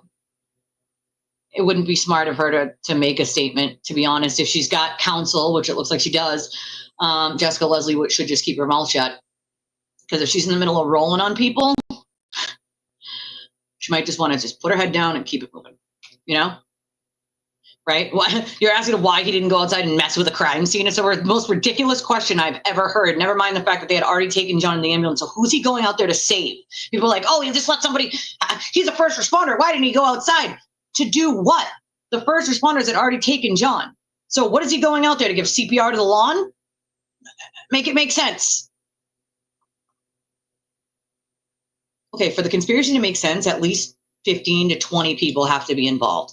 3 people cannot keep a secret for a fucking month. You expect that all these people kept a secret for years? Come on, stop it. This whole, Aiden Kearney, it was set up bullshit. The only person who set him up is himself, his own conscience, his own brain, his brain telling him to do these fucking fucked up, stupid things. He set himself up by doing dumb shit. There's no setup. There's no grand conspiracy. Leah and Lindsay and Kate didn't set him up. Nobody made him go to Lindsay's house and threaten her. No one made him do that. Nobody made him show up at a bullhorn get all across these people's houses. Nobody made him show up at a lacrosse game of Jen McCabe's kid. Nobody made him do any of those things, or outside Chris Albert's pizza shop. He did that himself on his own. There's no grand conspiracy to make him do those things. He did those on his own. There was no gun to his head. Nobody was threatening him. Nobody told him you have to do this. He did those things on his own. So the fact that anybody buys that it's some grand conspiracy and, you know, he was, quote, set up. Or the other one that I love that he says is, I got locked up for talking about the Karen Reed case and asking questions. I bet Karen's probably sick and tired of hearing him say that. That is not why he got locked up. He got locked up for threatening a mother and her children, illegally wiretapping her, okay, and torturing her mentally and emotionally for hours. That's why he got locked up. Had nothing to do with Karen's case. Not a goddamn thing, other than being out on bail on that case and committing another crime. Had nothing to do with talking about Karen's case. So this whole, I got locked up for speaking the truth. They just want to shut me up for speaking. No, they want you to stop committing crimes and harassing witnesses and intimidating them and blackmailing them and using dog whistles to use your mob to harass them because you think it's funny and it makes content. You committed a crime, you get arrested, you get charged. That's how it works. Maybe stop committing the crimes and then you won't get arrested and charged. I mean, it's really kind of that simple. I'm just throwing it out there. Just asking for a friend. How easy is it to not commit a crime? Pretty easy, you know? Exactly. It could have said he fell. And you believe that with They had a gate out back that could have went right to the woods and over to the railroad tracks. Why not bring him there? You're going to put him on the front lawn instead? Hope that he survives hope that he dies while he's alive with a phone in his pocket? Makes a whole lot of sense, let me tell you. Seasoned cops are so smart that they throw him on the front lawn and hope that he dies with a phone in his pocket. Yep, okay. Insane to me, especially when you look at the evidence. Within seconds of her backing that car up at 24 miles an hour, which she lied about the first time. Remember that. She lied about backing that car up and then had to admit it later on. Seconds within backing that car up at 24 miles an hour, his phone stopped moving forever in the same spot. It is later found after 6 a.m. in his pocket. Down to the minute we know when that happened. So unless somebody murdered him right in front of her, there is no other culprit except Karen herself. No.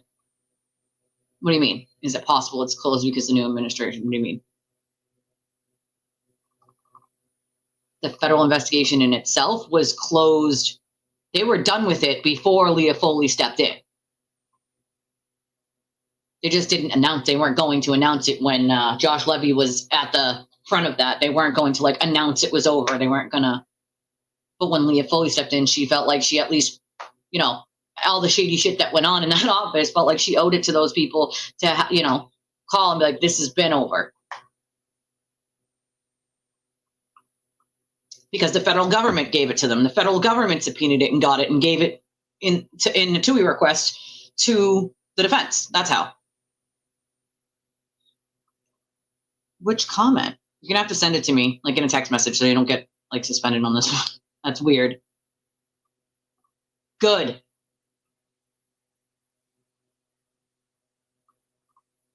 Exact. That they were cleared. They had been cleared. Jen McCabe's lawyer too. Like, what the hell? YouTube makes no sense because they certainly don't suspend accounts they should, huh? Makes sense?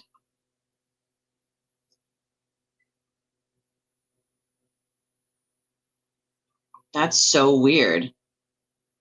I would have been pissed too. That's really strange.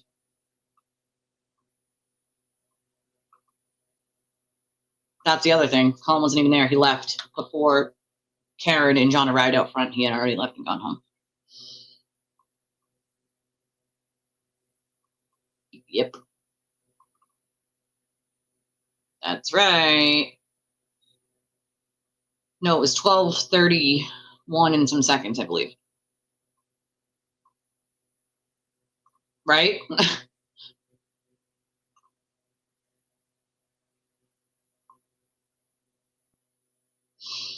No, they expect things that are not only not going to happen, but things that, if they're told by someone, this should have happened, they take that as gospel and they run with it. Except the person that they're taking that information from doesn't know his ass from his elbow. Many others. Well, that's the other thing. If you're afraid of insulting or crossing someone because they might come after you, that's a red flag that you should go away from that person as fast as humanly possible, and that they're not a good person if you need to be afraid of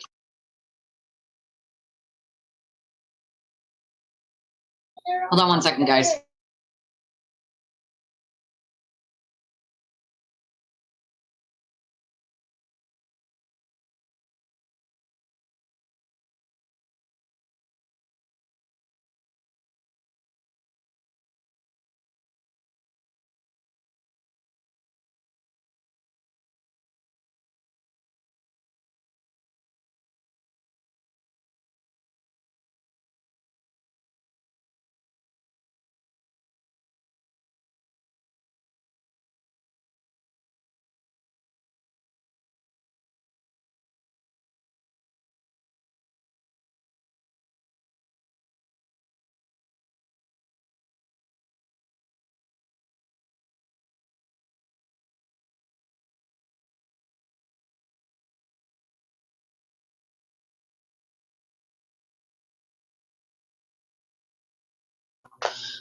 Sorry, guys.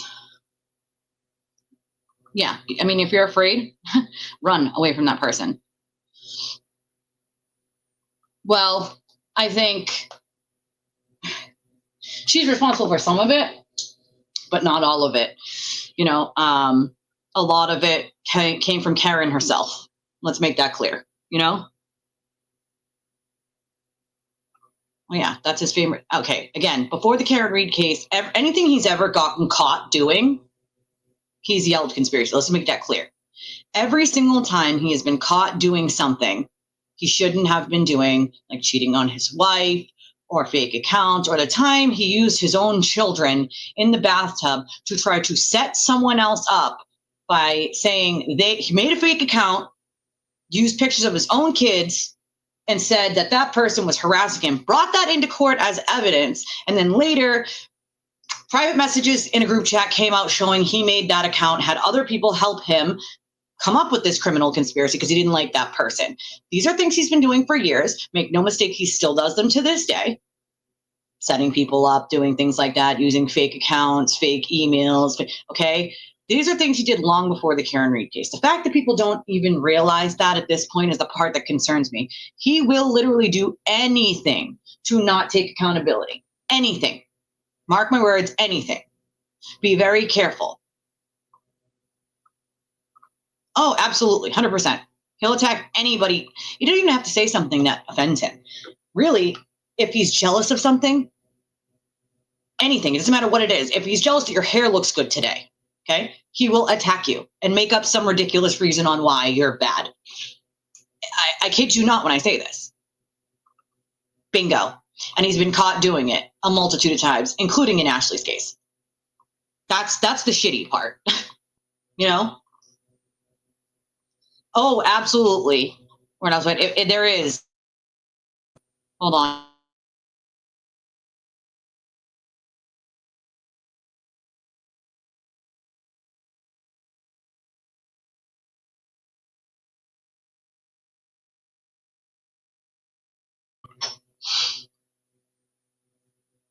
Yeah, there were things in both trials, you know? You know what? That might be a prison sentence, to be honest, because she despises him. Why, you say? Why does Karen Reed despise Aiden Kearney? I'll tell you why. Because he tried to blackmail her in the first trial. Why? Because he didn't get a seat in the courtroom. He was very upset about that.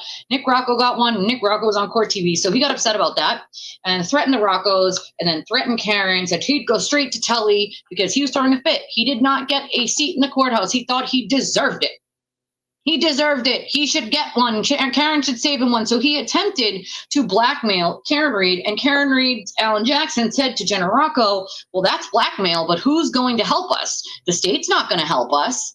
State's not going to believe us. They're not going to help us. Do you think she magically forgot about that? The second trial, no matter how much he, quote, helped her with that social media campaign, he still tried to blackmail her, which means he cannot be trusted. Karen cannot stand Aiden for that reason.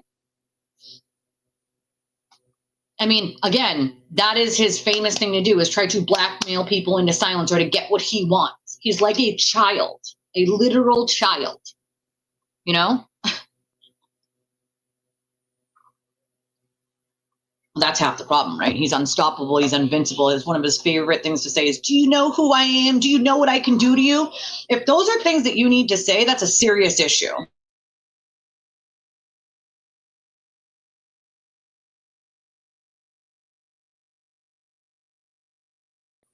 Sorry, guys, my little is like being super loud with dad this morning. They're playing and they're being super duper loud.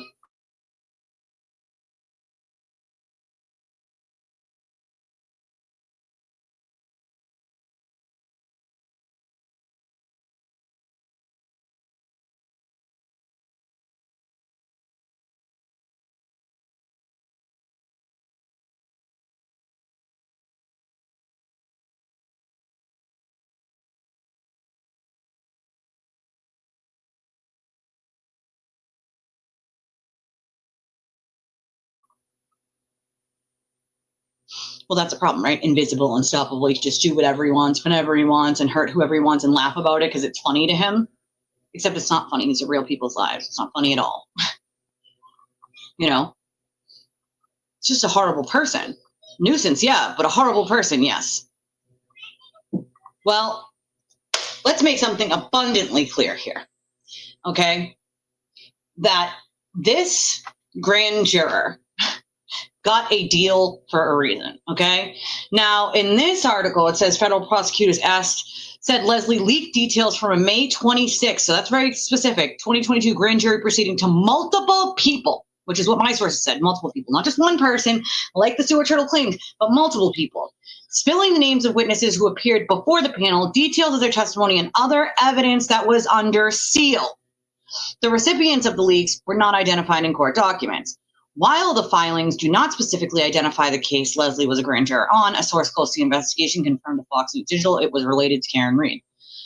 Reed's first trial, blah, blah, blah. We don't need to know about that. We already saw that. She's facing the wrongful death lawsuit brought by the O'Keefe family, along with the two bars, which we know, Waterfall and C.F. McCarthy's. Blah, blah, blah, blah, blah. So what I find funny is these are the first time I'm reading these articles, by the way. I'm like with you guys. Let's see what these guys have to say real quick. Hold on.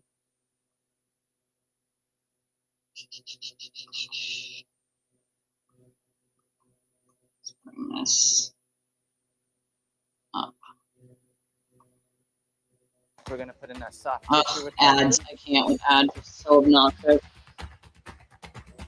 Okay, hello, normal, Cameron. Start cooling, please. Today, all we need to do is put a titanium band around. Exactly, girl. There's more than what you guys are seeing on the internet. And that's, I've said this to you guys before, but let's make that abundantly clear. The feds are looking into stuff. And they have been.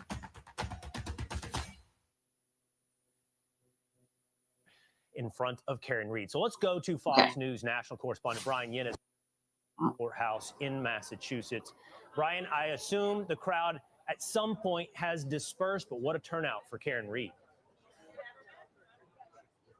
Well, yes, they have. They have dispersed. There are some people who have stayed behind, obviously exhilarated by the verdict of not guilty for Karen Reed. A lot of these folks have been outside of the courtroom every single day, not only for this trial, but for the first trial that ended in a mistrial. Now, you talk to these folks and they'll tell you they really felt like this was a frame job. They felt like there was corruption involved at the highest level here in Canton, Massachusetts, but it extended beyond the local area. There were people here from New Jersey, Connecticut, Texas, North Carolina, who felt like this impacted them as well. And as Martha McCallum said last hour, a lot of that had to do with the work that Karen Reed did herself. There was that documentary last year that published on HBO Max that got a lot of attention nationally, and she has been working this very media savvy. And in the end, though, she did get the not guilty verdict. We spoke to the people out here, and this is what they said about their motivation and their reaction to the not guilty verdict for Karen Reed.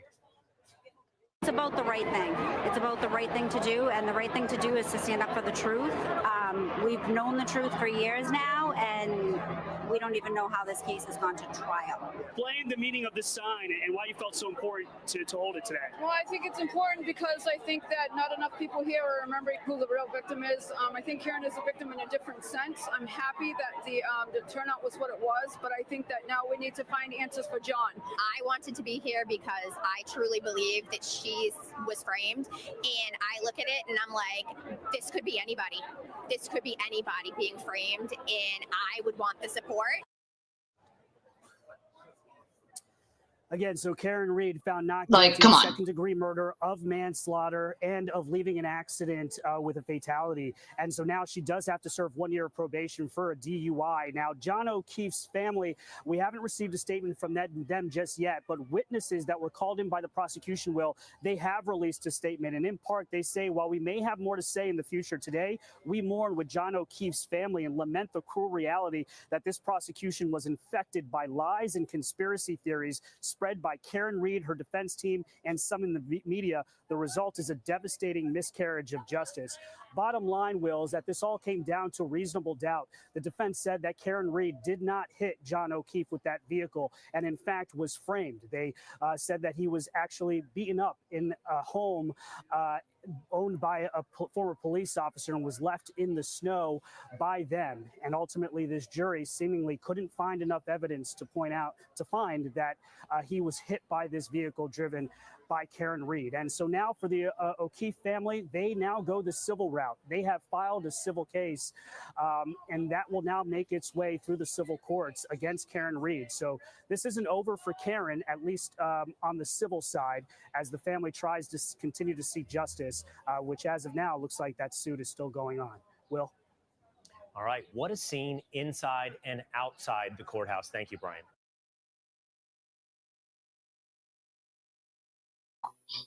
So, yeah, I did see that. Let me start by saying the feds went through 34 Fairview. Okay, so I love that they're putting out those videos of Alan Jackson going to 34 Fairview, because let me make something abundantly clear. The feds went through 34 Fairview and they found nothing. They used luminol, doorways and stuff. They found nothing. So I love that Alan Jackson and Karen Reed went in there after the federal government already had and found nothing, trying to make it look like, oh, they're the first people who are in there. Like, no, you're not. The federal government already did all that and found nothing. So there's that. She's a troll, clearly. So there is no link, Harvard, for the membership. Unfortunately, I have a QR code that Maestro sent me. I just have to get it from it won't let me download it from my ex and try to bring it over to my email. So maybe Maestro can email it to me. That'd be so I can get it on the channel for those of you who have iPhones, because the other way to do it is you'd have to go to a laptop or a computer, sometimes a tablet, because iDevices for some reason don't let you just go to get the membership, which is strange to me. I don't really know why. Jane, that index is crazy. 104. Woo. Yeah, that's the problem. Is sometimes if you have an iDevice, it doesn't. The Android devices, it does, but the laptop definitely would be much easier to be able to find it right away at the front of my Twisted Tragedies page. There are little things they'll say like home, video, shorts, live, podcast, playlist, post, membership. It's right before store. And you just click on membership and then pick your tier and whatever. Yeah, that's why, because you have an iPhone. I do have a QR code Maestro made me. Thank you, by the way, Maestro, you are the best.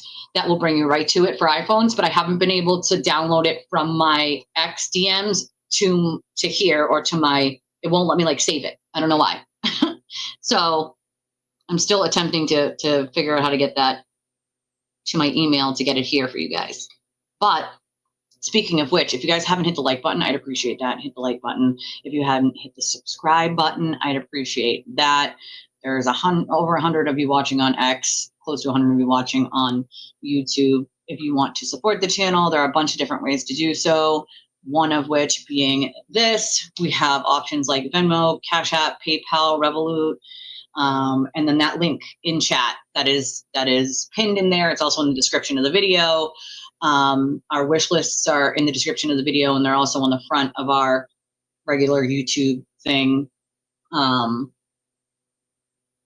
But those are ways. The donation link will work with any credit or debit. So if you don't have the payment apps like Cash App, Venmo, PayPal, we rely on the kindness of you guys to make anything, cover costs, and make anything. So your kindness is always absolutely appreciated, welcome, and I can't obviously thank you guys enough when you do donate, because I'm still a small channel. I'm still slowly building up, and it definitely helps out to make sure that I can cover the cost of the channel and keep going. So I appreciate all of you, and taking a week off last week has kind of thrown that whole thing off. And as you guys know, and it's funny because I can't and it's not actually, it wasn't even actually a week off of this, but not a week off of everything else. Unfortunately, everything else was more hectic, but fingers crossed between Friday and Sunday. You guys know we won't have shows Friday, Saturday, or Sunday, because I will be hopefully floating down a river and just woosahing and finally getting what I call a mommy timeout or an adult timeout, which is just having adult time, relaxing, and getting that like rejuvenation of like being in nature and woosah, you know, get to breathe and just not worry about anything but having fun, and nobody's needing your help every 5 seconds, aside from maybe where to find the hot dog buns. Everybody needs that bit of time to themselves. I really never get much time to myself, so it'll be nice. I'm really looking forward to it for sure. No, she literally wouldn't.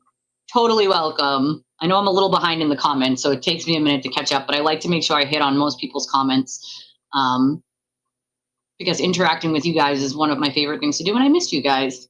Missed you guys a lot. There is actually an article on it of Karen admitting that that wasn't a thing that she had with the media. She had dinner with them. There's an article about it, how she admitted that calling drugs was not a thing. Hey, Amber. I agree with you, Dougie. I agree with you, my friend. I 100% agree with you. No, she would not piss on them if they were on fire. The feds went in before Alan Jackson. He knows that. They went in before Alan Jackson, before him and his team made those videos. They went in, they checked everything. They found nothing that was part of their investigation. So I find it funny that they made those videos. And what I find even funnier about it is that they're starting to put them out like little by little now. That's how I know it's just straight content, like just trying to bring in the people that believe they're nonsensical BS to begin with. Because again, most people don't know that the FBI went into that house already before them. They already went in there, you know? It's that simple. No, they're not still investigating. So I think we're talking about two different things here. The investigation into the investigation of Karen Reed and that case, of a conspiracy, of whether law enforcement and the witnesses conspired to kill John O'Keefe, which is a farce. That investigation is over and has been over. There's a current investigation into the things that happened in the U.S. Attorney's Office and the favors that were done for people and the corruption that happened in that aspect, and into the grand jurors and people who are leaking information illegally. There's an investigation into that kind of stuff. But the investigation itself, on the investigation that Josh Levy started, is over. It has been over. It is done. They found nothing but mean texts from Proctor from his personal phone that the FBI got and turned over to Karen's team. You know? Thunder snows? I appreciate you. I appreciate you. Thank you, Harvard. Screenshot what? What am I screenshotting? Oh, yeah, you're right. The QR code? I didn't think of that. Oh, 100% he did. He knew what he was doing, though. That actually sounds kind of cool, I'm not going to lie. I know I am. Thank you. Thank you. The only person who wasn't investigated is Karen herself. Isn't that funny? We do. I mean, we don't know. Yes, we do. Do you know the way federal investigations work? If the federal investigation, also I have sources, but if the federal investigation had found any sort of corruption, people would have been charged, right? A, we know that the feds allowed the witnesses, attorneys to make the statements that they were cleared from that investigation. So we absolutely do know. And B, federal investigations they end one of two ways. One, with people being charged, or B, with they found nothing. But those are the only two ways that federal investigations end. And since we know that the witnesses and their attorneys spoke with the federal government, and the federal government was able to allow them in open court to say they were cleared, we know that they found also no corruption with the officers. They found nothing. Nobody was charged, and they closed that investigation. They have other investigations opened with the grand jury stuff and some of the other stuff, but it's nothing to do with John's death. It's been over for a long time. It was over long before they announced it was over.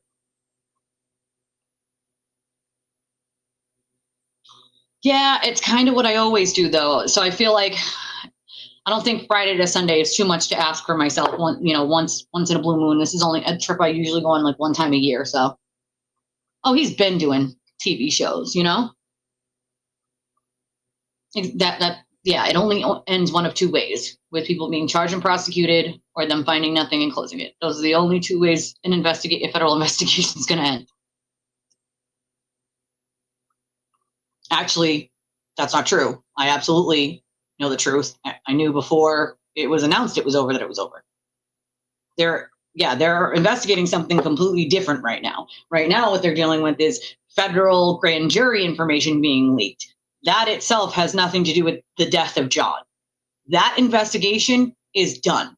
It has been done. It has been over. They're investigating things related to behaviors that happened during the trial, criminal behaviors, and things like leaking out grand jury information, which is illegal. But the investigation into John's death and the investigation into that investigation is over. It has been over for quite some time. Exactly. No, that's exactly it. Well, that'll take some time if that happens. And again, that's on the BBO. No, honey, they don't close. Okay. All right. I say this because I love you guys. Let me explain something to you. All right. They don't close an investigation and then open it back up and say, oh, we found something else. We open this back up. That's not what happens. Okay. They close an investigation when they either have all this stuff against someone or someone's and they're charged, or there's nothing and it's been debunked and there's nothing left to go. Otherwise, they just leave it open. If they think that there's an opening to something and they haven't investigated all avenues, they leave it open. They do not close it and then go, oh, we're reopening it. That's not what happened here. They investigated every avenue that had anything to do with this and cleared people one by one by one. In 5,000 pages of federal materials, the only thing that they found was mean text messages from Proctor. Okay? That is it. That's all they found. They could not find any corruption, conspiracy, or anything else. They one by one by one cleared people. All right? That is how that investigation worked. That investigation is over and has been over for a while now. There is another ongoing investigation about other things. Actually, the new owners of 34 Fairview allowed the federal government and then Karen's team to go into the house. So they they gave permission for all of it. So bingo.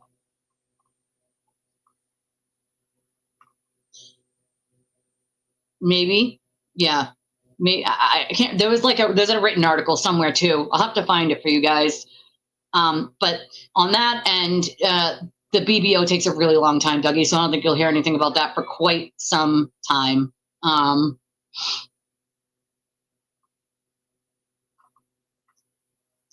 Exactly. They took a deal.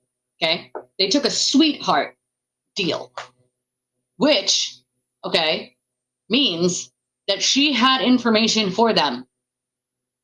Otherwise, that deal would not have been offered. They would have tried to make if it was just her and she just, shared it with one person, they would have made an example out of her. They would have given her a sentence, nothing too harsh, but something enough to say to people, you cannot do this without these consequences happening. Because they didn't do that, and because they gave such a sweetheart deal of 1 day, time served, blah, blah, blah, tells me that the multitude of people that she shared this grand jury information with and materials with means that she's flipping on some people. She made a deal, and she's going to give them whatever she has. Otherwise, they wouldn't have given her such a sweet deal. They would have made an example out of her on purpose to show the public, you do not do this kind of stuff willy-nilly and then just get away scot-free. The fact that they didn't means that someone else, one of these other people that she tells on, is their bigger fish. That whoever it is, their other bigger fish is the person that they're going to make the example out of to show the public, like, okay, this person leaked information to this person. This person went on and committed, whatever crimes with the information. Therefore, that's the person they're going to go after and make an example out of. I mean, it doesn't really take rocket science to figure that out either. But hey, I mean, they're the ones allowing. It's not like they were served like subpoenas. They actually gave permission and allowed it. So they could have just said no. A link to what, sweetie? I know I'm behind in the comments. You got to tell me what you need a link to.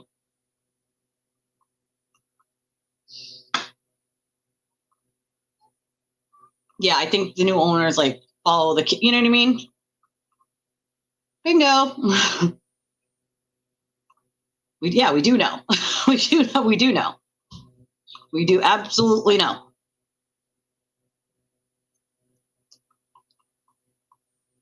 Exactly. They wouldn't have given her that kind of deal otherwise. It's not, you know, it's not open. The case into how John died is not open. It is closed. It has been closed. And just so we're clear here, Mr. TB already admitted to knowing that it was closed back in February and just not telling people that him and Karen knew it was closed, but they didn't tell everyone. But now he can tell everyone. So now he's telling everyone that it was closed way back in February. Newsflash to him, it was closed before February. It just wasn't announced until February. So, I mean, I do. I literally do. I do. They don't know, honey. I love you, but no. The federal government doesn't say something is closed and lie and just say, hey, it's closed and lie. That is not how it works at all. Not even a little. I don't know why you would believe that. I really don't.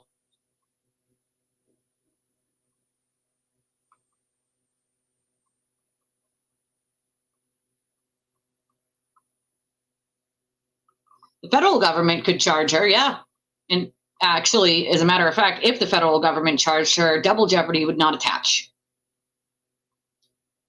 Okay, so you saw nothing that anyone was cleared, so it didn't happen?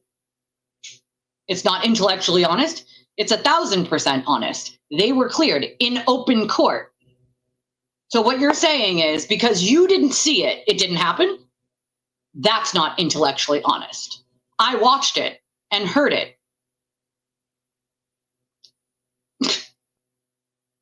Along with a bunch of other people.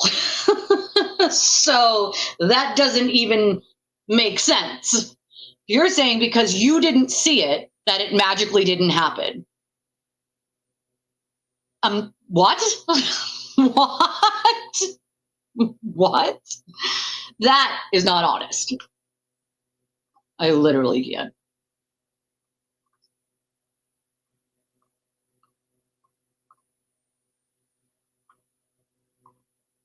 Oh, I'm sure they have been.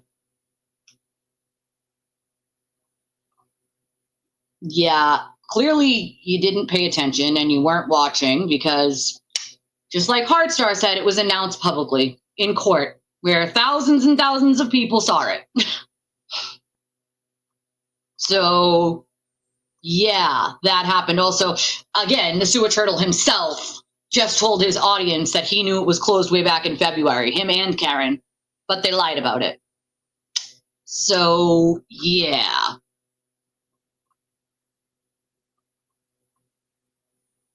Yeah, also the audit found the same thing. Nada. You know, I'm sorry that you really need to hold on to whatever it is that you believe in so much that you refuse to see the truth. I don't know what to tell you. It was announced in open court. Thousands of people saw it. So just because you didn't see it doesn't mean it didn't happen. Go and look for it. And also, Jesse's right. They don't have to announce anything. Realistically, 9 out of 10 times, they don't ever announce it being closed. They just close it quietly and go away.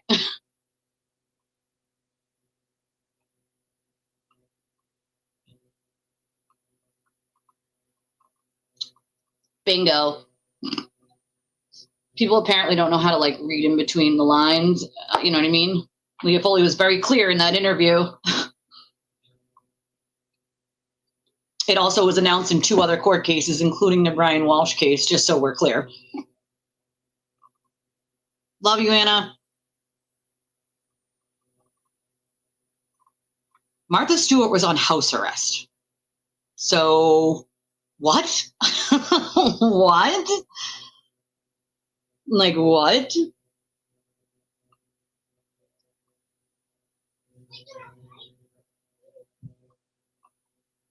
Then go look. Then go look. Because you're saying, I haven't seen it, therefore it doesn't exist. That's just not honest. It was said in open court. In open court. Thousands of people watched it, including myself. This was previous to even the second trial of the witnesses being cleared. I'm sorry that you didn't see it, but it didn't make it not happen just because you didn't see it. That's just not the way that works.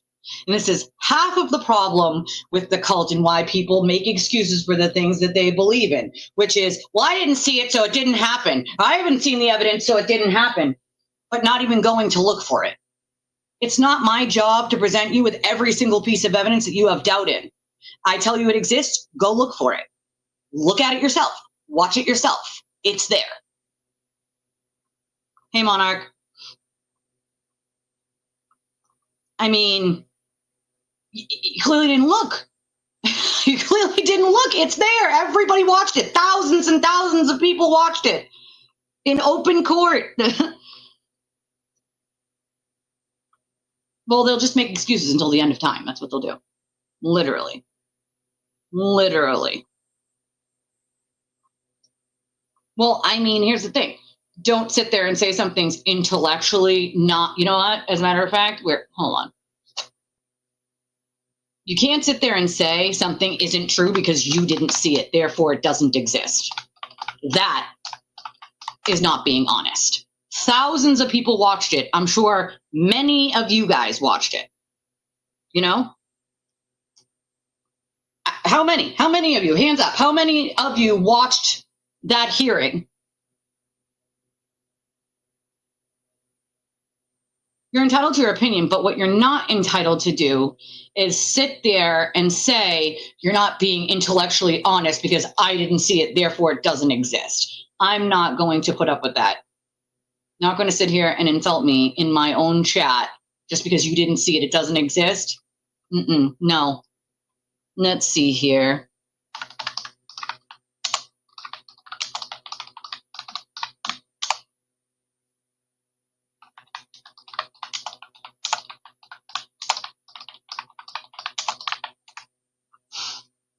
Let's see.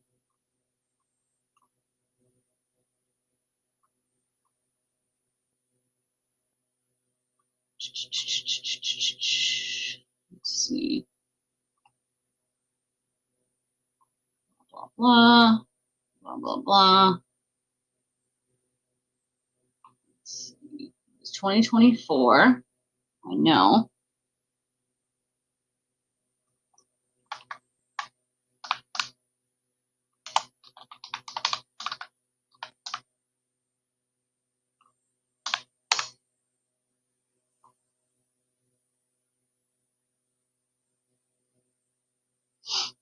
Funny that AI also says that it has concluded its investigation on Google. Witnesses who testified in the state murder trial were also subpoenaed to testify before a federal grand jury, which has since concluded its investigation without pursuing any charges related to the Reed case. The federal investigation focused on the handling of the state's investigation into the death of John O'Keefe, and while it concluded without charges, it involved expert analysis, blah, blah, frickin' blah. Where is this thing I'm looking for here? Nope. Blah, blah, blah. I don't want 6 hours ago. I want, god damn it, videos. Go back. 2024.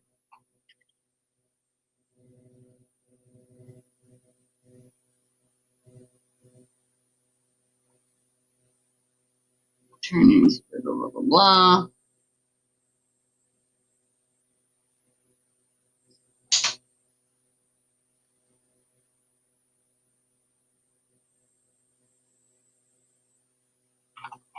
Hold on. Let me try this one.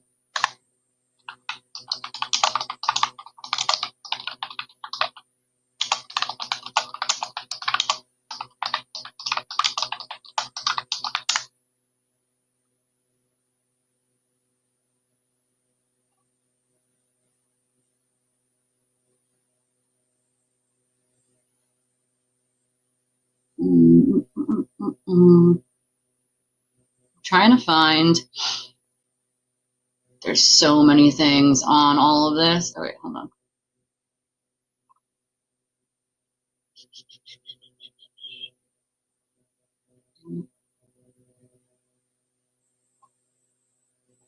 Blah, blah.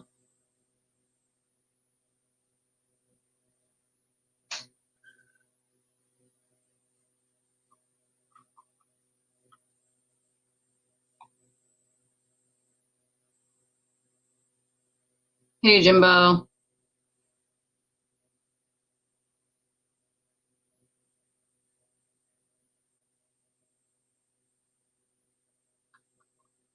Yeah, that's the video I'm trying to find.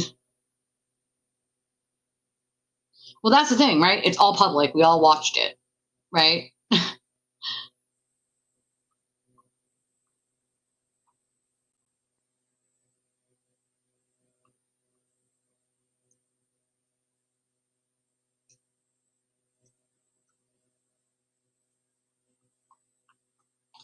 It's just amazing to me that we even have to have that discussion because it literally happened in open court, which means, again, you were just buying whatever someone was selling you without actually looking into it, which is seriously concerning. Half the reason why this conspiracy exists is because people just buying whatever someone's selling. It's ridiculous.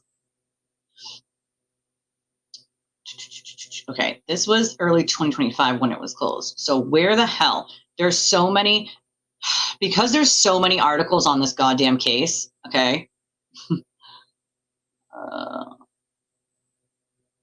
Everything like pops up from 2025 and you have to like scroll backwards. I feel like I'd be scrolling backwards forever. Unless anybody can remember like what they named it on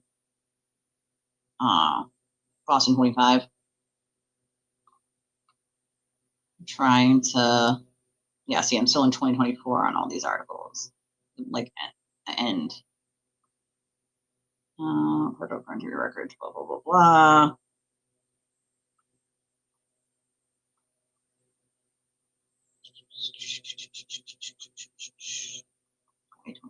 Nope. We don't want 2025. Christ almighty. It's like no matter what way I search it, I have to go back so many pages.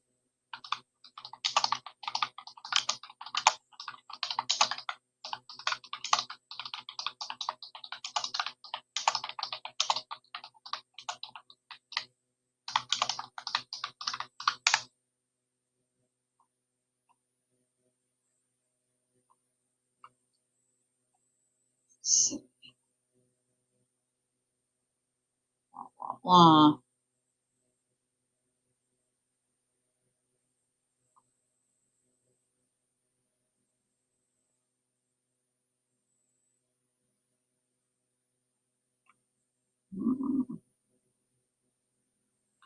So annoying that I have to go back multiple pages.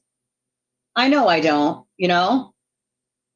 But at the same time, it's obnoxious to sit there and say something didn't happen because you didn't see it.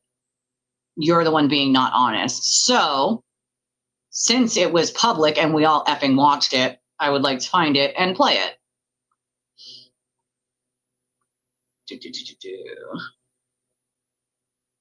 Blah, blah, blah.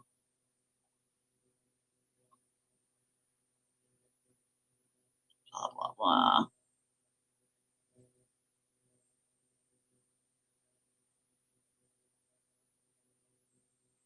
I don't know if I'll be going back until the end of goddamn time for this.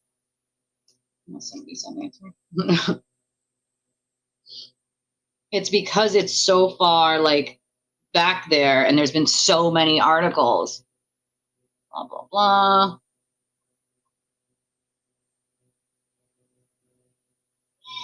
Federal investigation, blah, blah, blah. Officially ended. Let's just FYI, right? Federal investigation of Karen Reed case is over. Okay. That's that. Never mind, there's 75 more articles. And again, the interviews we all saw. Let's see. Blah, blah, blah. Conclusion of the federal probe. After Leah Foley came in. Love a good flea market. If you can find a good flea market, that's for sure.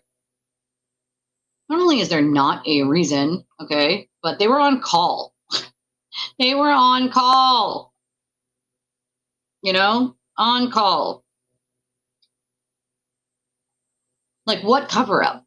But again, these are the same people, Heartstar, that believe that, you know, the sewer turtle is magically being, it's a conspiracy against him too, which is just so utterly ridiculous. Did anybody not watch him do all of these things of his own volition, and then you actually are going to repeat that it's some conspiracy that someone said? Who set him up? And they say the same three people every time. Lindsay, Leah, Jenju, and Kate. Not only is that utterly ridiculous, okay? Utterly ridiculous. Nobody made him do X, Y, and Z. He did all those things on his own, and he continues to do them. So I would love to know where people think that he was set up. It's like just because he says it enough times, they repeat it as if it magically makes it true because he said it that many times.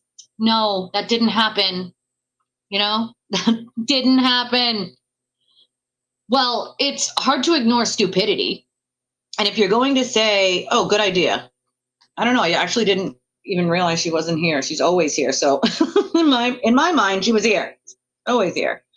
I also haven't checked my emails in a couple of days, and I really need to. So if I have not responded and you sent me an email, I apologize. I've been super busy and I have not had a chance to like even look at my emails. Ooh, I love that one. I love that one. I haven't done the Salem, New Hampshire one. I've done the Raynham one, but not in a couple of years. Hold on. I'm trying to see. At one point, I remember having it in my email. Oh, the House of Biva sends $10 donation. Thank you, House of Biva. I know you're not here right now, but thank you, my friend. I appreciate you more than you know. Thank you, thank you, thank you. If anybody else would like to leave a donation to the channel, we would obviously greatly appreciate it. We've been gone for a week, so it's been a little tough. We have one of a bunch of different ways: Venmo, Cashapp, PayPal, Revolut. We have a link in the chat. It's also in the description of the video that goes right to, you can use credit or debit. You can enter any amount you want from multiple countries, as a matter of fact. So I appreciate you always. He does. Jackson says it like a million times. Like, hey, it must magically be true then. Not only is it over, but I'm talking about way back. So before the second trial, I think it was in between the first and second trial, they had a bunch of pre-trial hearings. One of those pre-trial hearings, the Alberts and the McCabe's and Higgins attorneys were present. And those attorneys had spoke with the federal government, and the federal government allowed them, with the judge's obviously permission, to say in open court that their clients had been cleared by the federal investigation. That was said in open court, in front of everyone. Okay. Now, the cult like to just ignore that part, like it never happened. They just completely ignored that part because it doesn't go with their narrative, right? Of these being bad people. It doesn't push their narrative. So that must mean that if they ignored it that way, that they knew it was going to damage their whole spiel on it, right? Now, what's funny to me is the people who just started following this that don't even realize that all those things happened. The federal investigation was closed, but long before the federal investigation was closed, the witnesses, attorneys who were going back and forth between talking to the federal government were able to go to the federal government and say, hey, what the hell's going on here? Because the attorneys are allowed to say, hey, are you going to be investigating my client? Are you going to be charging my client? Are you like, what is this? They also have the right to say, listen, you're intruding on my client's rights. They've done nothing wrong. You know, all those things attorneys do. Okay? All the things attorneys do. There you are, girl. There you are. Missed you guys. I missed you guys. So yeah, I remember when she ordered that they couldn't use Colin as a third party. And the reason why is because the data showed that Colin Albert already went home before Karen and John ever arrived out front of Fairview. Colin wasn't there. One of the reasons why he wasn't allowed to be used as a third party. But even before that, it was announced in open court. I don't know how many of you watched that. I streamed it, of course. But it was announced in open court that the witnesses and their families were cleared, and the federal government had given them special permission to say this in open court because of all the speculation and harassment they were dealing with. And they don't normally do that. So this was like the federal government's way of trying to fix something that they helped create in a way. Although I think the best thing they could have done is make a statement. I realize they don't make statements. I realize that they, have a policy against doing that. But in my opinion, and I know in Leah Foley's opinion, some shady shit happened here with Josh Levy, and they really need to fix the things that they allowed Josh Levy to create. It's that simple, I got you, girl. Don't worry. It's sad, but it's true. It's unfortunate, but it's true. Okay? So make no mistake, all the people saying that the grand juror is not a big deal, it is a big deal. That this grand juror getting this deal shows me very clearly, okay, that they gave her this deal because there's a bigger fish to fry here. Here is the paperwork right here. Okay, this is the court document. This is it. All right. This deal that she signed with Leah Foley, this tells me everything I need to know. She's charged with criminal contempt, which is a felony, okay? That she leaked details from a grand jury proceeding to multiple people in violation of a judge's May 26, 2022 order, spilling the names of witnesses who appeared before the panel, details of their testimony, and other evidence that was under seal. Now, who do we know that talked about having these things and about knowing what they testified to? Oh, would that be the sewer turtle? Oh, it was. Make no mistake, folks. No matter how much he says, nothing to see here, I have nothing to do with it. He says the same thing about his devices, and he knows in his devices are numerous crimes like blackmail, extortion, threats, wiretapping. And he still says, no, there's nothing to see here. He's been fighting for 2 years to have them not go through it because of those crimes, because of the fear of those crimes, okay? In his phone. Some of this stuff, and as we know, the feds in this case already, with the grand juror, have already been monitoring people's communications and the internet, online, social media. So that means that they have a couple warrants for wiretapping. Whose phones are they tapping? Whose emails are they tapping into? I don't know, but I'd keep an eye on that space. I would keep an eye. Well, she's not going to be a permanent judge in Plymouth County. She does rotations, and she is the head justice, so she kind of can bounce wherever she wants. So sometimes if a judge retires or goes on a month's vacation or something like that, they'll have another judge fill in, and she might have offered to do it. I don't think she's going to be permanently in Plymouth County. I think you'll see her bounce back and forth. But I do believe that they are going to go after him. I do believe they're going to go after other people involved in that. And, I'm just saying, watch this space. That's what I'm saying. I'm saying, watch this space. And the people that continuously harass people like me, it's not a smart idea. You're harassing and cyberstalking witnesses. That's not smart. That's how you get witness intimidation charges, right? There's a reason why I don't respond to any of these people. A, it's not worth my time. B, I don't give a shit what they think about me or they don't think about me. I don't care one way or another at all. So I agree with you. And that's my argument to them is sometimes you have to do the right thing, whether it's your policy or not. It's not against the law. Make the fucking statement. Make the goddamn statement, in my opinion. Of course, that's my opinion. Got a lot to hide. He's got a lot to hide. you know? Oh, he doesn't know how to shut the fuck up. We know that, you know? Yeah, it's only got 105 years total or something like that. Mm-hmm. I also don't say shit just to say shit, right? I say keep an eye on this. Keep an eye on this. This is not a nothing burger. No matter how much FKR screams from the rooftops, it's a nothing burger. Eden said it's a nothing burger, so it's a nothing burger. It's not a nothing burger. They did not give this grand juror a sweetheart deal of 1 day suspended and then time served on that 1 day for no reason. They're not going to give her that unless there's a bigger fish here at play. Okay? Let's make that abundantly clear. Otherwise, they would have used her as an example and given her a pretty harsher, not harsh completely, but a harsher sentence to show the public that if you do this, this is how you will be punished, right? If you do this, this is how you'll be punished. They didn't do that. And at least I know that she didn't just leak it to one person like Aiden's claiming. She leaked it to a friend.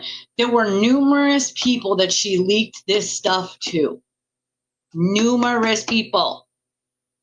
Not one, not the one friend, numerous people, okay? Oh, absolutely. I've read some of these about like bright colors and certain things that advertisers use to draw people in, and people are like 10 times more likely to buy it if it's a certain color, all sorts of crazy stuff like that. And subliminal is part of it. Advertising, you know? And it's part of the innocence fraud campaign that they played, you know? Because it's my opinion. You know what I mean? It's my opinion. If you know me, you know when and how to read in between the lines, but it's always going to be my opinion based on the things that I know or don't know. You know? It was so funny, wasn't it? So don't be shy. You don't like that question? Brendan's like, you don't like that question? A couple minutes later, he's like, oh, you don't like that one either? So the ARCA guy, oh, you don't like that question? Oh, you don't like that one either? A lot. It's a couple $1,000, you know? Well, here's the thing, right? Anybody with 2 brain cells could have easily put together that there's no chance that they would have given her a deal that good with the 1 day and then it being suspended. Like there's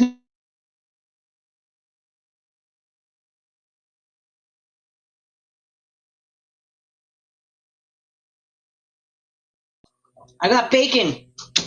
I like bacon. All right. So, starving. Brennan's hilarious. But they wouldn't have done it if it wasn't for a reason. Let's make that abundantly clear here. Okay? She's not going to get this very good sweetheart deal for leaking grand jury information and hurting people from doing it. Like all of that resulted in more harassment, more conspiracy theories, more nonsensical bullshit, and continues to this day. The federal government does not appreciate that shit, and they are not going to give her a sweetheart deal like that without making an example of her in public to other people who might think of doing this, unless there's a bigger fish that they're getting her to cooperate on. It's really that simple. It does not take more than 2 brain cells to figure that out. It does not take a rocket scientist to figure that out. Okay? Sold. Sold. I actually have to go, I have to get a bathing suit this week. I actually don't have a bathing suit yet, so I cannot very well go floating down a river with no bathing suit. I do have to get out at some point and buy a bathing suit and some shorts, maybe a sundress. But I can't do that until I get paid, so I have to wait till tomorrow at least.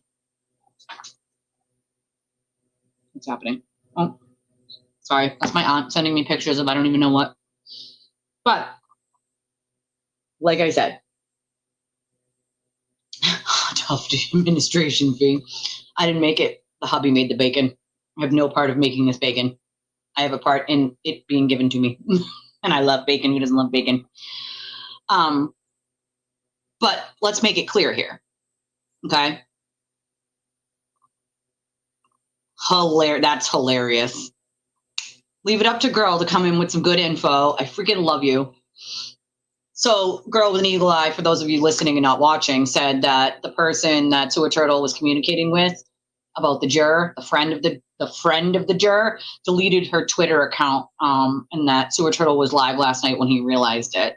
Hilarious to me, because if I'm him, I'm paranoid. I'm waiting for those Silverados right outside. You know, I feel really bad what they did to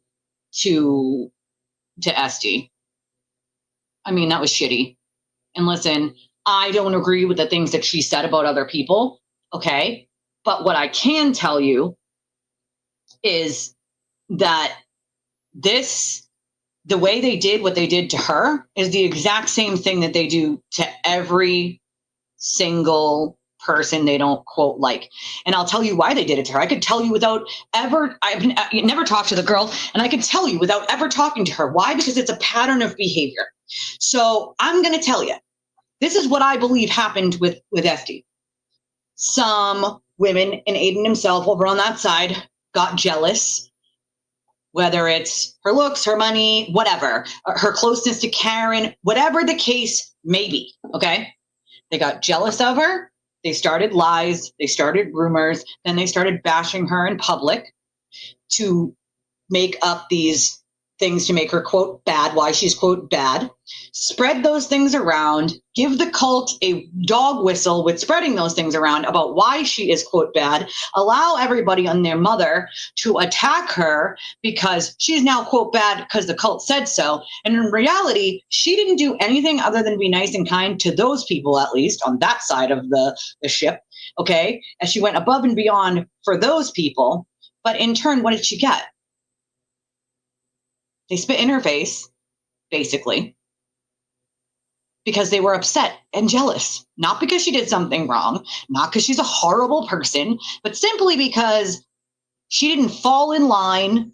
So there was one time, I remember, I posted something about how bullying is not okay, cyberstalking is not okay, and I think she reposted it and said something along the lines of, like, at least we can agree on something like this, right? Somebody had sent it to me and was like, oh, look, you know, Esty's agreeing with you about bullying. And I was like, oh, cool. Like, I can respect that, right? Within 3 hours, she deleted it. Why do you think that is? Because the cult demanded it. How can you repost that and agree with her? How dare you? How dare you? How dare you? Right? This is the same sort of scenario they did to her, which was harass, fake lies, fake rumors, fake bullshit about her until they got her to delete her social media. That is bullying. That is cult behavior. And I don't care what side of the fence you're on. It's me. It's fucking me. All right? I have thick skin. All right? I've dealt with a lot in my life. So a little stage 5 clinger, not going to be my first stalker in life, dude. I've actually had 2 men who are literal, I kid you not when I say literal stalkers. So a middle-aged woman who got a DUI in her 40s preaching about how everybody should be, you know, the pillar of being how dare you as an adult not wear a seatbelt? What a great role model you are to your children. Mind you, my children weren't even there, number one. Number two, the kids had seatbelts around their waists. Their seatbelts were clipped in. They just took this part and put it behind them because, like, that's what kids do. A, they weren't my kids. B, I'm an adult. I don't have to wear a seatbelt. And so I think it's hilarious that a middle-aged woman who got a DUI in her 40s wants to talk about a seatbelt. Take several seats. Sit the fuck down. Take all the seats. Okay? Please, for the love of God. You look foolish and you sound foolish. Okay? I mean, she could be. I mean, if I were her, I might ask for it if I were her. Because she doesn't clearly, I mean, she clearly was a part of being in the chats and all that. So that tells me that she had quite a few conversations with the sewer turtle. I'd be really worried if I was him. I would be really worried. Yes, ma'am. You just text me.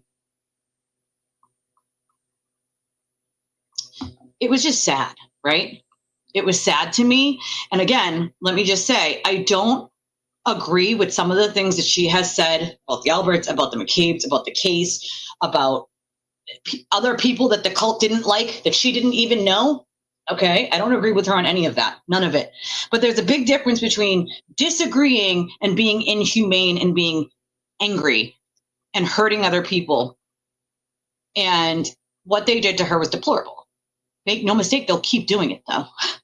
To person after person after person after person. The second you don't get in line, the second you don't do what they want, the second you don't lie for them, the second you don't help them lie to the court or on an affidavit or whatever the case may be. They feel slighted. If they feel jealous, you'll be the next person attacked for no real reason. There was a girl earlier today or last night. Her name, oh God, I can't remember it. Can't remember. But what she said, I was not shocked that they did it to her. But she said something that kind of struck me a little. And she was right. She was right. She said there are like two parts of like the FKR sort of movement. One is like the regular people, like just everyday people. And the other is this sort of like circle around the sewer turtle of just mean, deplorably, mentally unwell, sick people who attack anyone and everyone they don't like, are jealous of, or, and mind you, most of these people are strangers to them, mostly women.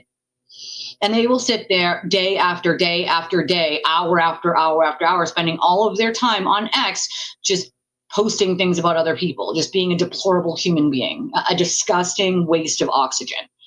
And she's like, well, the inner circle of these middle-aged women don't like me, so they attacked. Her name was Haley Elizabeth. And, well, you know, what I read, at least to what she said, I felt bad because, again, nobody should have to deal with that. It's not okay. And no, she wasn't wrong. She was right. It's cult behavior. And absolutely, it took millions to get her off. But it also ruined hundreds of people's lives. And I literally mean hundreds. No, I mean, you don't see her doing it publicly. That's for damn sure. I don't think you ever will. Ooh, you're going to have to text me and tell me because I like have to know, obviously. But she very well could be in protective custody. Right? Stalkers are us. It's just sad, you know? It's just sad. Well, again, don't put bad karma out there. If you don't want bad karma back, don't put it out there, you know? And that's the thing is, when he says he's not worried, that's just a public persona. That's a public persona to have his followers believe that, oh, there's nothing to see here. Because, like, he's not worried. He's not worried. Justice Soldier's up. He's not worried at all. He's totally cool and okay because he knows he did nothing wrong. What people don't realize is when he shuts that camera off privately, and I know this because I know 3 of his ex-girlfriends, privately, he has an ass meltdown. A absolute effing meltdown. He freaking flips out. Not only on people, so he'll go on all his sock accounts and go on like rage tweets, right? Rage tweets. He used to have a spreadsheet, an Excel spreadsheet on how many fake accounts he had. All right, make no mistake. So he'll go on all his sock accounts and like rage tweet. And then if someone calls him, he'll flip out on that person, flip out on this person. If he sees something that upsets him, he'll flip out on that person. He's constantly looking out the window, making sure there's no cops showing up. He's, you know, getting messages from people like, oh, is there anything to this? No big deal. Reality is when he says he's not worried, he's extremely worried. And he is panicking behind closed doors. That's the red flag to knowing that he is doing that, is when he has to talk about how much he doesn't care. As we know from people who were with him for, you know, decent periods of time privately, that is the way that he acts when he's, quote, not worried. You know, well, yes, that's exactly what happened. The cult turned on her for no real reason, by the way, you know? He doesn't know what a friend is. He doesn't know what a friend is. You know, he also oftentimes will be banned from certain media for his attitude towards people. Apparently, he did this interview with Jason and Aussie something or another and was a complete dick the entire time. And I read the comments. Somebody sent me this apology thing that she did. And I was reading the comments, and like more than 50% of those comments were hit the nail right on the head. Where it was like, he was the one who was an ignorant piece of shit who thought this was beneath him and he didn't like the questions. He's the one who insisted on interview format when they said, let's just have a conversation. We don't have to do interview format. He insisted on that interview format. And then there were other people saying, oh, he didn't know that Jason was going to be there. He did. He talked to Jason ahead of time. So let's make that abundantly clear. He absolutely knew Jason was going to be there ahead of time. He knew that that's how it was going to work. So that excuse is out the window. There is no excuse for the way he behaved. He behaved like an entitled, spoiled brat. And I saw some of the cultists sort of making excuses like, oh, he's just tired. He's been doing so many interviews. He's doing those because he wants money. Okay. He's not doing them because he has to. He's not doing them to get the story of Karen out. He's doing it for money for his defense fund. Okay. And only he decides if he likes the questions. If the questions aren't good enough, what he doesn't seem to realize is these are different audiences. So not everybody is going to know what the hell's going on in his cases. And he didn't like the questions. And I'll tell you why he didn't like the questions. Because some of the questions were real questions. And if he had answered them honestly and openly, he would have screwed himself. He would have screwed himself in court. Because he's already lying. So that's why he didn't like the questions. I saw him pretend to not understand what the questions were. Those were very straightforward, if you ask me. Then some people were saying, well, he has ADHD, so he can't pay attention. It's not an excuse. Sorry. Sorry, not sorry. He's supposed to be on meds for that, right? Not an excuse. Not an excuse. He's an absolute shit human being. But to sit there and blame the hosts of that, like Aussie Insider, blame her. I think that's her name. Aussie something. I don't know.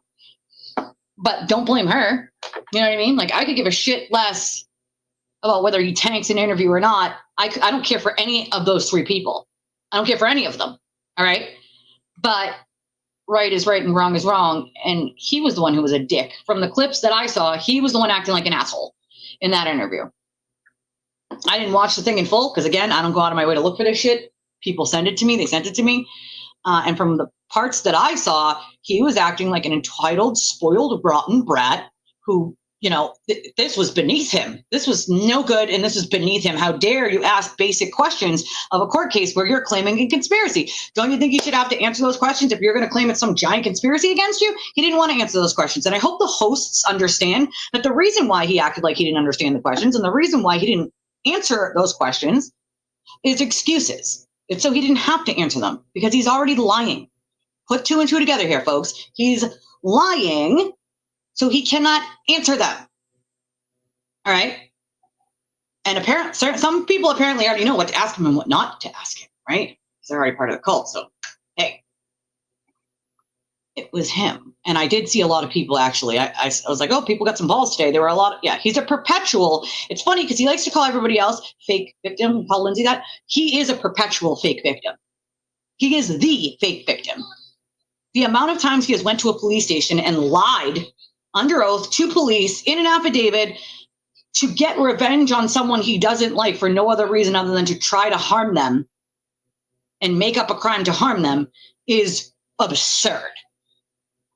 I'd be surprised if he does not get charged with filing false reports in some of these instances because he has filed so many false reports on purpose, knowingly, maliciously, and then brought some of the minions with him to then also lie under oath and in affidavits. If you are that morally bankrupt that you're willing to lie for a dude that A, you don't know or haven't known that long, or B, just because he's a YouTuber, you need meds.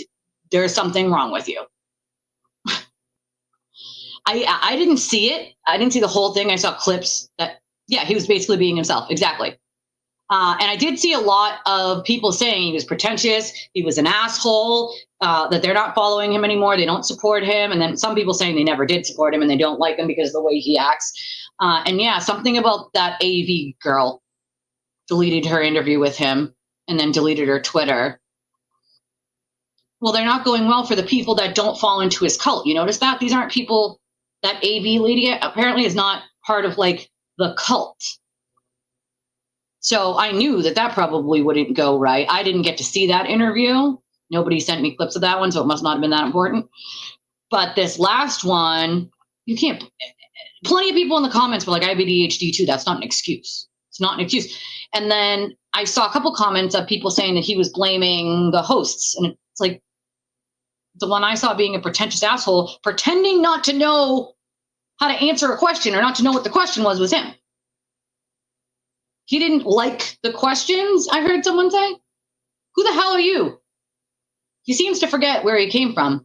And it's funny because once these people start to realize, like when his trial comes and some of these messages, you know, are out there, his personal messages where he literally calls all of his viewers fat, ugly, middle-aged people who he would never throw a bone at, how stupid they are, how they'll give him money no matter what, how he tells them what to do and they'll just do it. I can't wait for them to see all that, because I want to see how many of them just ignore it and still follow him, because that shows you how mentally unwell they are, or who actually starts seeing him for who he is and saying, yeah, I'm outie. Like, this guy doesn't appreciate anything.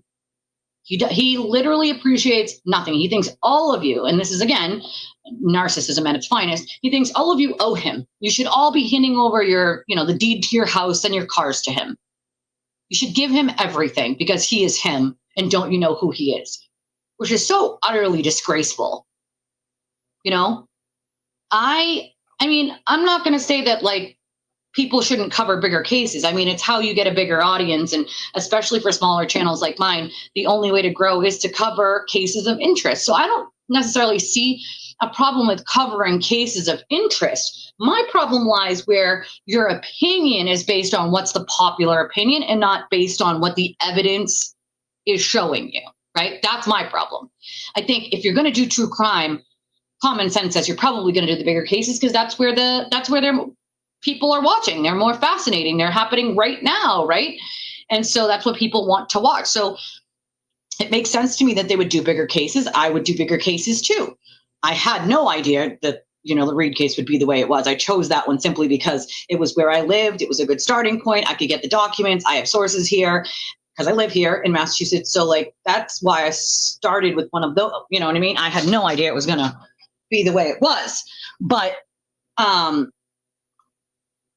you know, I have no problem with them taking bigger cases. That's where the interest is going to be. And if you're, you know, YouTube favors bigger channels, right? They put all their stuff on the front of YouTube, and smaller channels like mine, like, when I say you have to work for it, it's not even just a little, like times 100, you know? And so you kind of have to do everything you can for YouTube to kick that algorithm out for it to show it to people that you exist, because otherwise, how do people find you, right? So I have no problem with people covering big cases. My problem is when they lie, right? When you lie, when you change your opinion, or you start your opinion based on what the popular opinion is and not do your homework.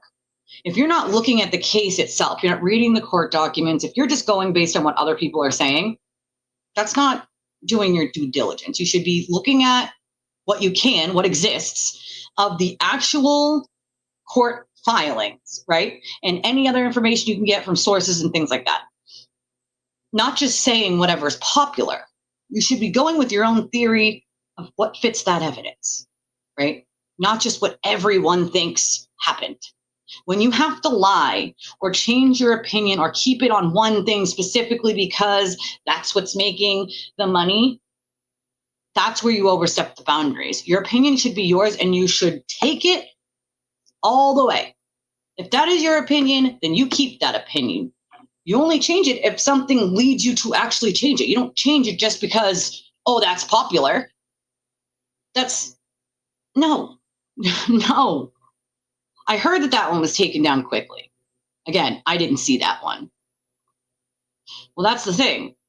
That and, well, you have to remember, his followers basically have paid for his attorneys. If you think he hasn't hid money places, you're sadly mistaken. He absolutely has and does. I agree with that statement. But again, if people didn't do and I'm guilty of not doing my research on him ahead of time either. So I totally get it. A lot of people, you're not going to Google every single person and see, you know what I mean?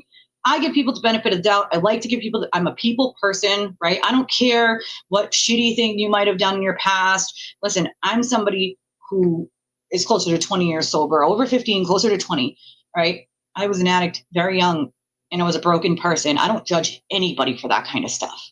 I don't care what you did 20 years ago, 10 years ago, 5 years ago. Who are you right now? That's what matters to me. Who are you as a person? I don't give a shit what you did back then. Okay? I am very non-judgmental. All right? But DJ's right. You give airtime to somebody like that, that's what's going to happen, you know? Yeah, always. See, that's the other thing. When people are always claiming it's a conspiracy, everything's a conspiracy. Everything's a conspiracy. Hey, girl, what'd you make? I'm starving. I wish you lived closer, I'm telling you. You and Jesse could, like, keep me full every day, all day. For realsies, you guys totally could.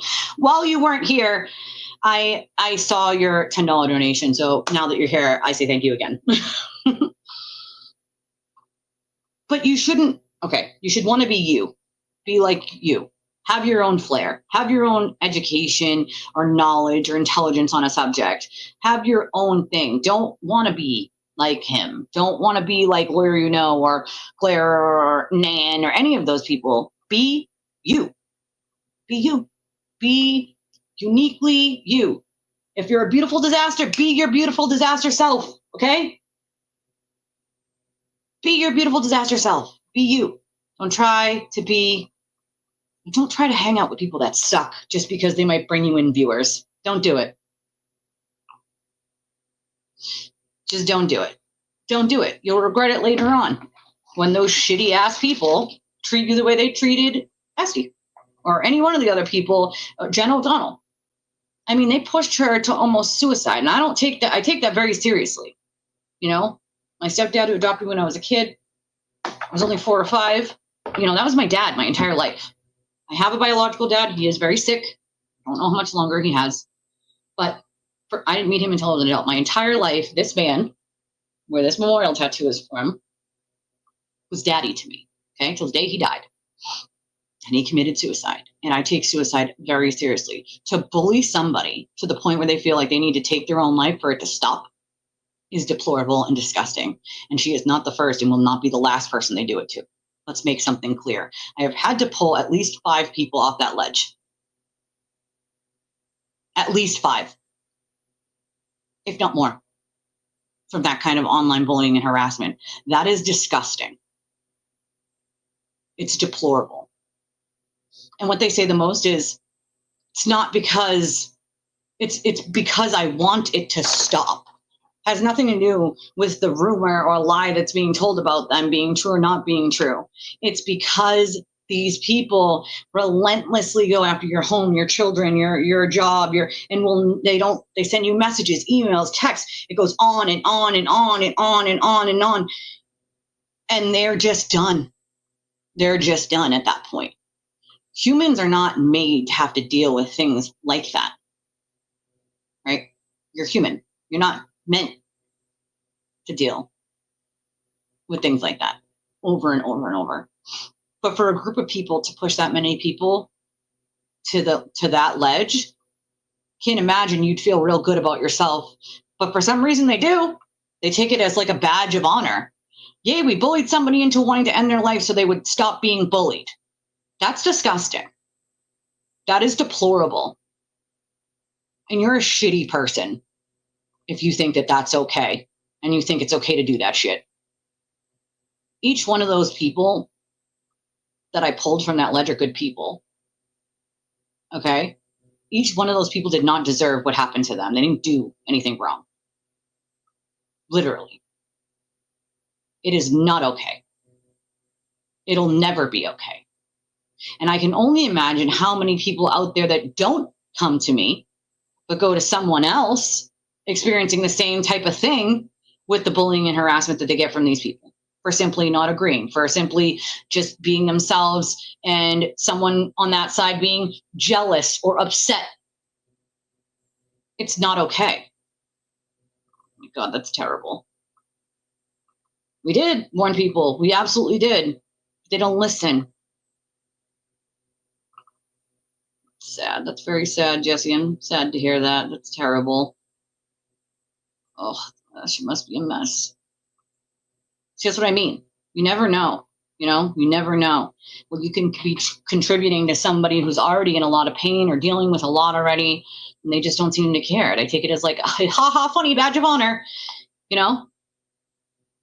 Yeah. PTSD can be a bitch, dude. I have CPTSD, which is complex post-traumatic stress disorder. Although I've been managing it for quite a long time now. It sucks.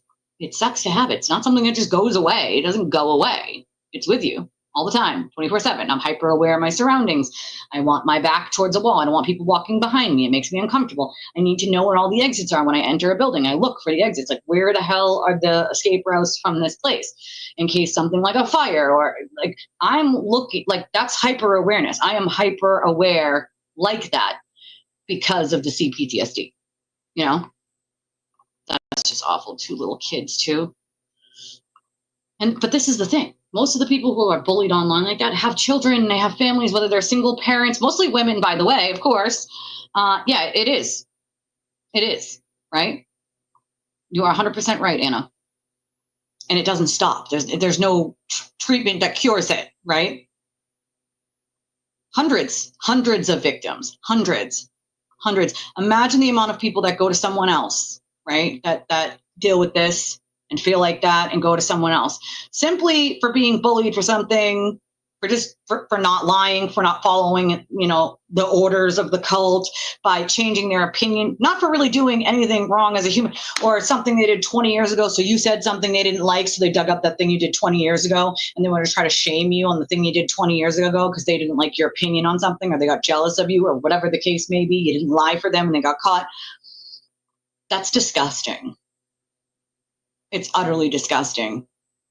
Cyberbullying, cyberstalking, technically criminal harassment and stalking is what it falls under. And then cyberstalking, which is a federal crime. Oh yeah, absolutely there is, which is why my dad clearly never reached out for help, because of that stigma. That stigma. I feel like had he, maybe I could have helped him, but especially with men, it's a little harder because of that stigma, right? Yeah, that's another, when it gets that bad. Yeah, it's very sad. And it's very, very sad. You know, I don't think people understand it until they have it themselves. Once you have PTSD or see PTSD yourself, you fully understand what the hell it is and what it does to people. You know, it's unfortunate, but it is what it is. So, you know, it's been 3 hours, so I will leave you guys with this, right? This federal investigation into this juror, okay, is not a nothing burger. Let's make that very clear here. All right. It's a something burger. It is a big, fat something burger. They're clearly going after a bigger fish. Jessica is the tip of the iceberg. They gave her this deal because she gave them information, and she is now working with them. So make no mistake when I say we will hear more about this. I cannot tell you when, because I don't have any idea when, obviously, but it will happen. Oh, Jack sends $10.98, and thank you, Jack. I appreciate you, my friend. He says, hello there. Hello, Jack. Appreciate you, my friend. But I mean, it's sad, right? Appreciate you, my friend.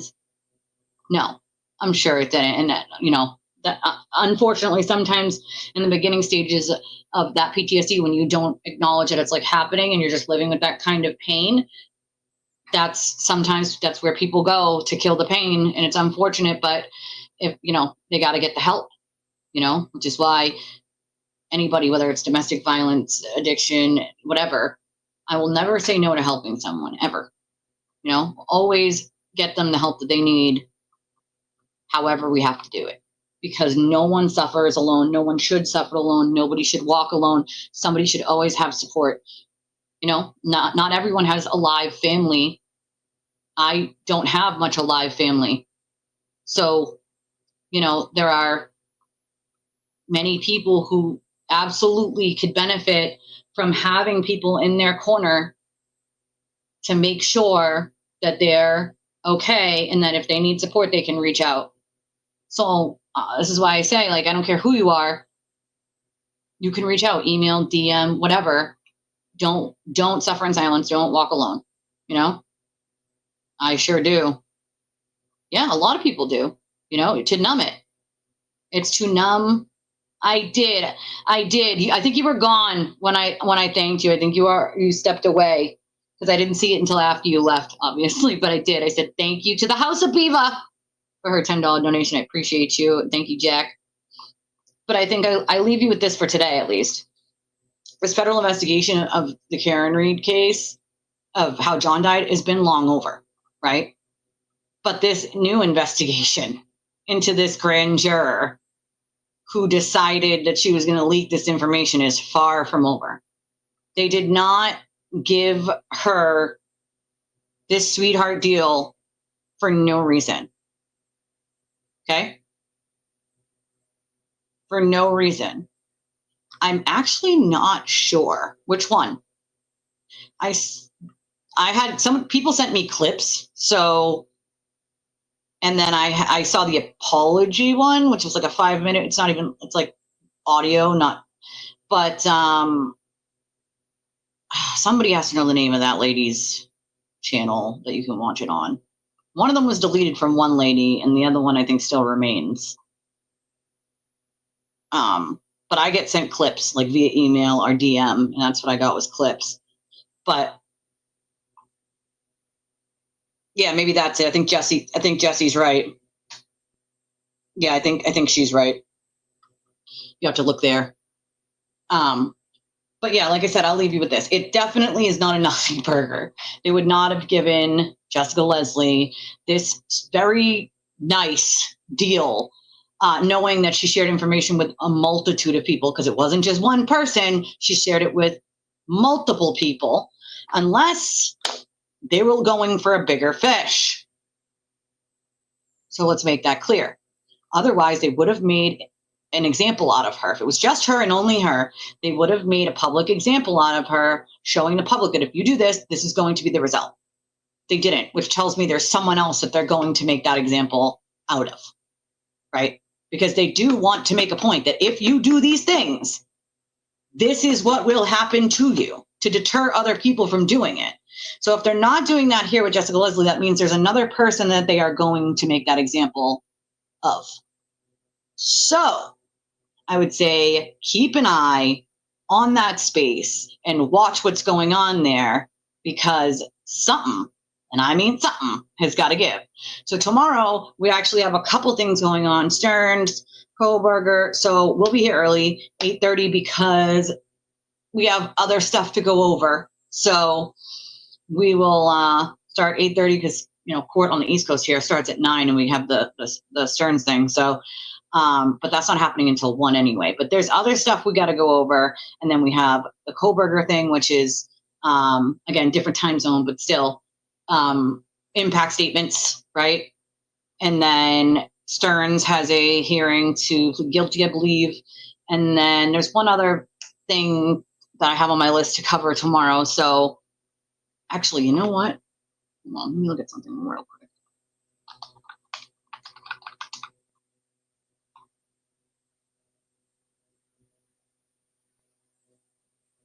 All right, yeah. All right, never mind. Let's do 9:30. You can do 9:30 because that makes more sense with the time difference and giving me enough time. Okay, yeah. Let's do 9:30. So guess I will see y'all at 9:30 tomorrow morning to cover all these other things that we got going on. Do remember that this week we will have Monday, Tuesday, Wednesday, Thursday. So you guys will see me Monday, you guys will see me Tuesday, Wednesday, Thursday. I thought it was the 23rd too. Someone just told me it was moved to Monday. And I'm like, I could have sworn to God it was Wednesday, the 23rd. I'll look into it. Either way, we're still here tomorrow anyway, because we got the Stern stuff and something else I got to cover. But either way, we have Monday through Thursday. So Monday, Tuesday, Wednesday, Thursday. I won't be here Friday, Saturday, or Sunday. That is my vacation, I guess. It's my adult's vacation for 2 days to Lusa, right? And breathe and get my own adult timeout that I need from life in general. I need to just be in nature and be in the water and enjoy the sun and laugh and not have to worry about anything, because I'll be so far from home, I won't have anything to worry about.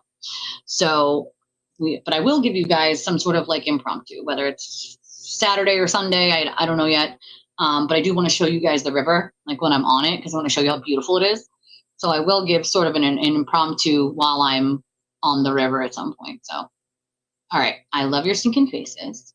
And I shall see you guys at 9:30 tomorrow morning. On your way out, do me a favor and hit the like button, hit the subscribe button. If you are restreaming this and you're on the replay crew, sorry we missed you. We love you guys just as much. Make sure that you put some comments in the video after you've watched it, or even during you're watching. If you're rewatching it and you missed it, you can donate one of a bunch of different ways. If you donate when we're not live anymore, we'll just read it in the morning. We appreciate all the support. You know, we haven't been here for a week, so we could definitely use the help. We have Venmo, Cash App, PayPal, Revolut.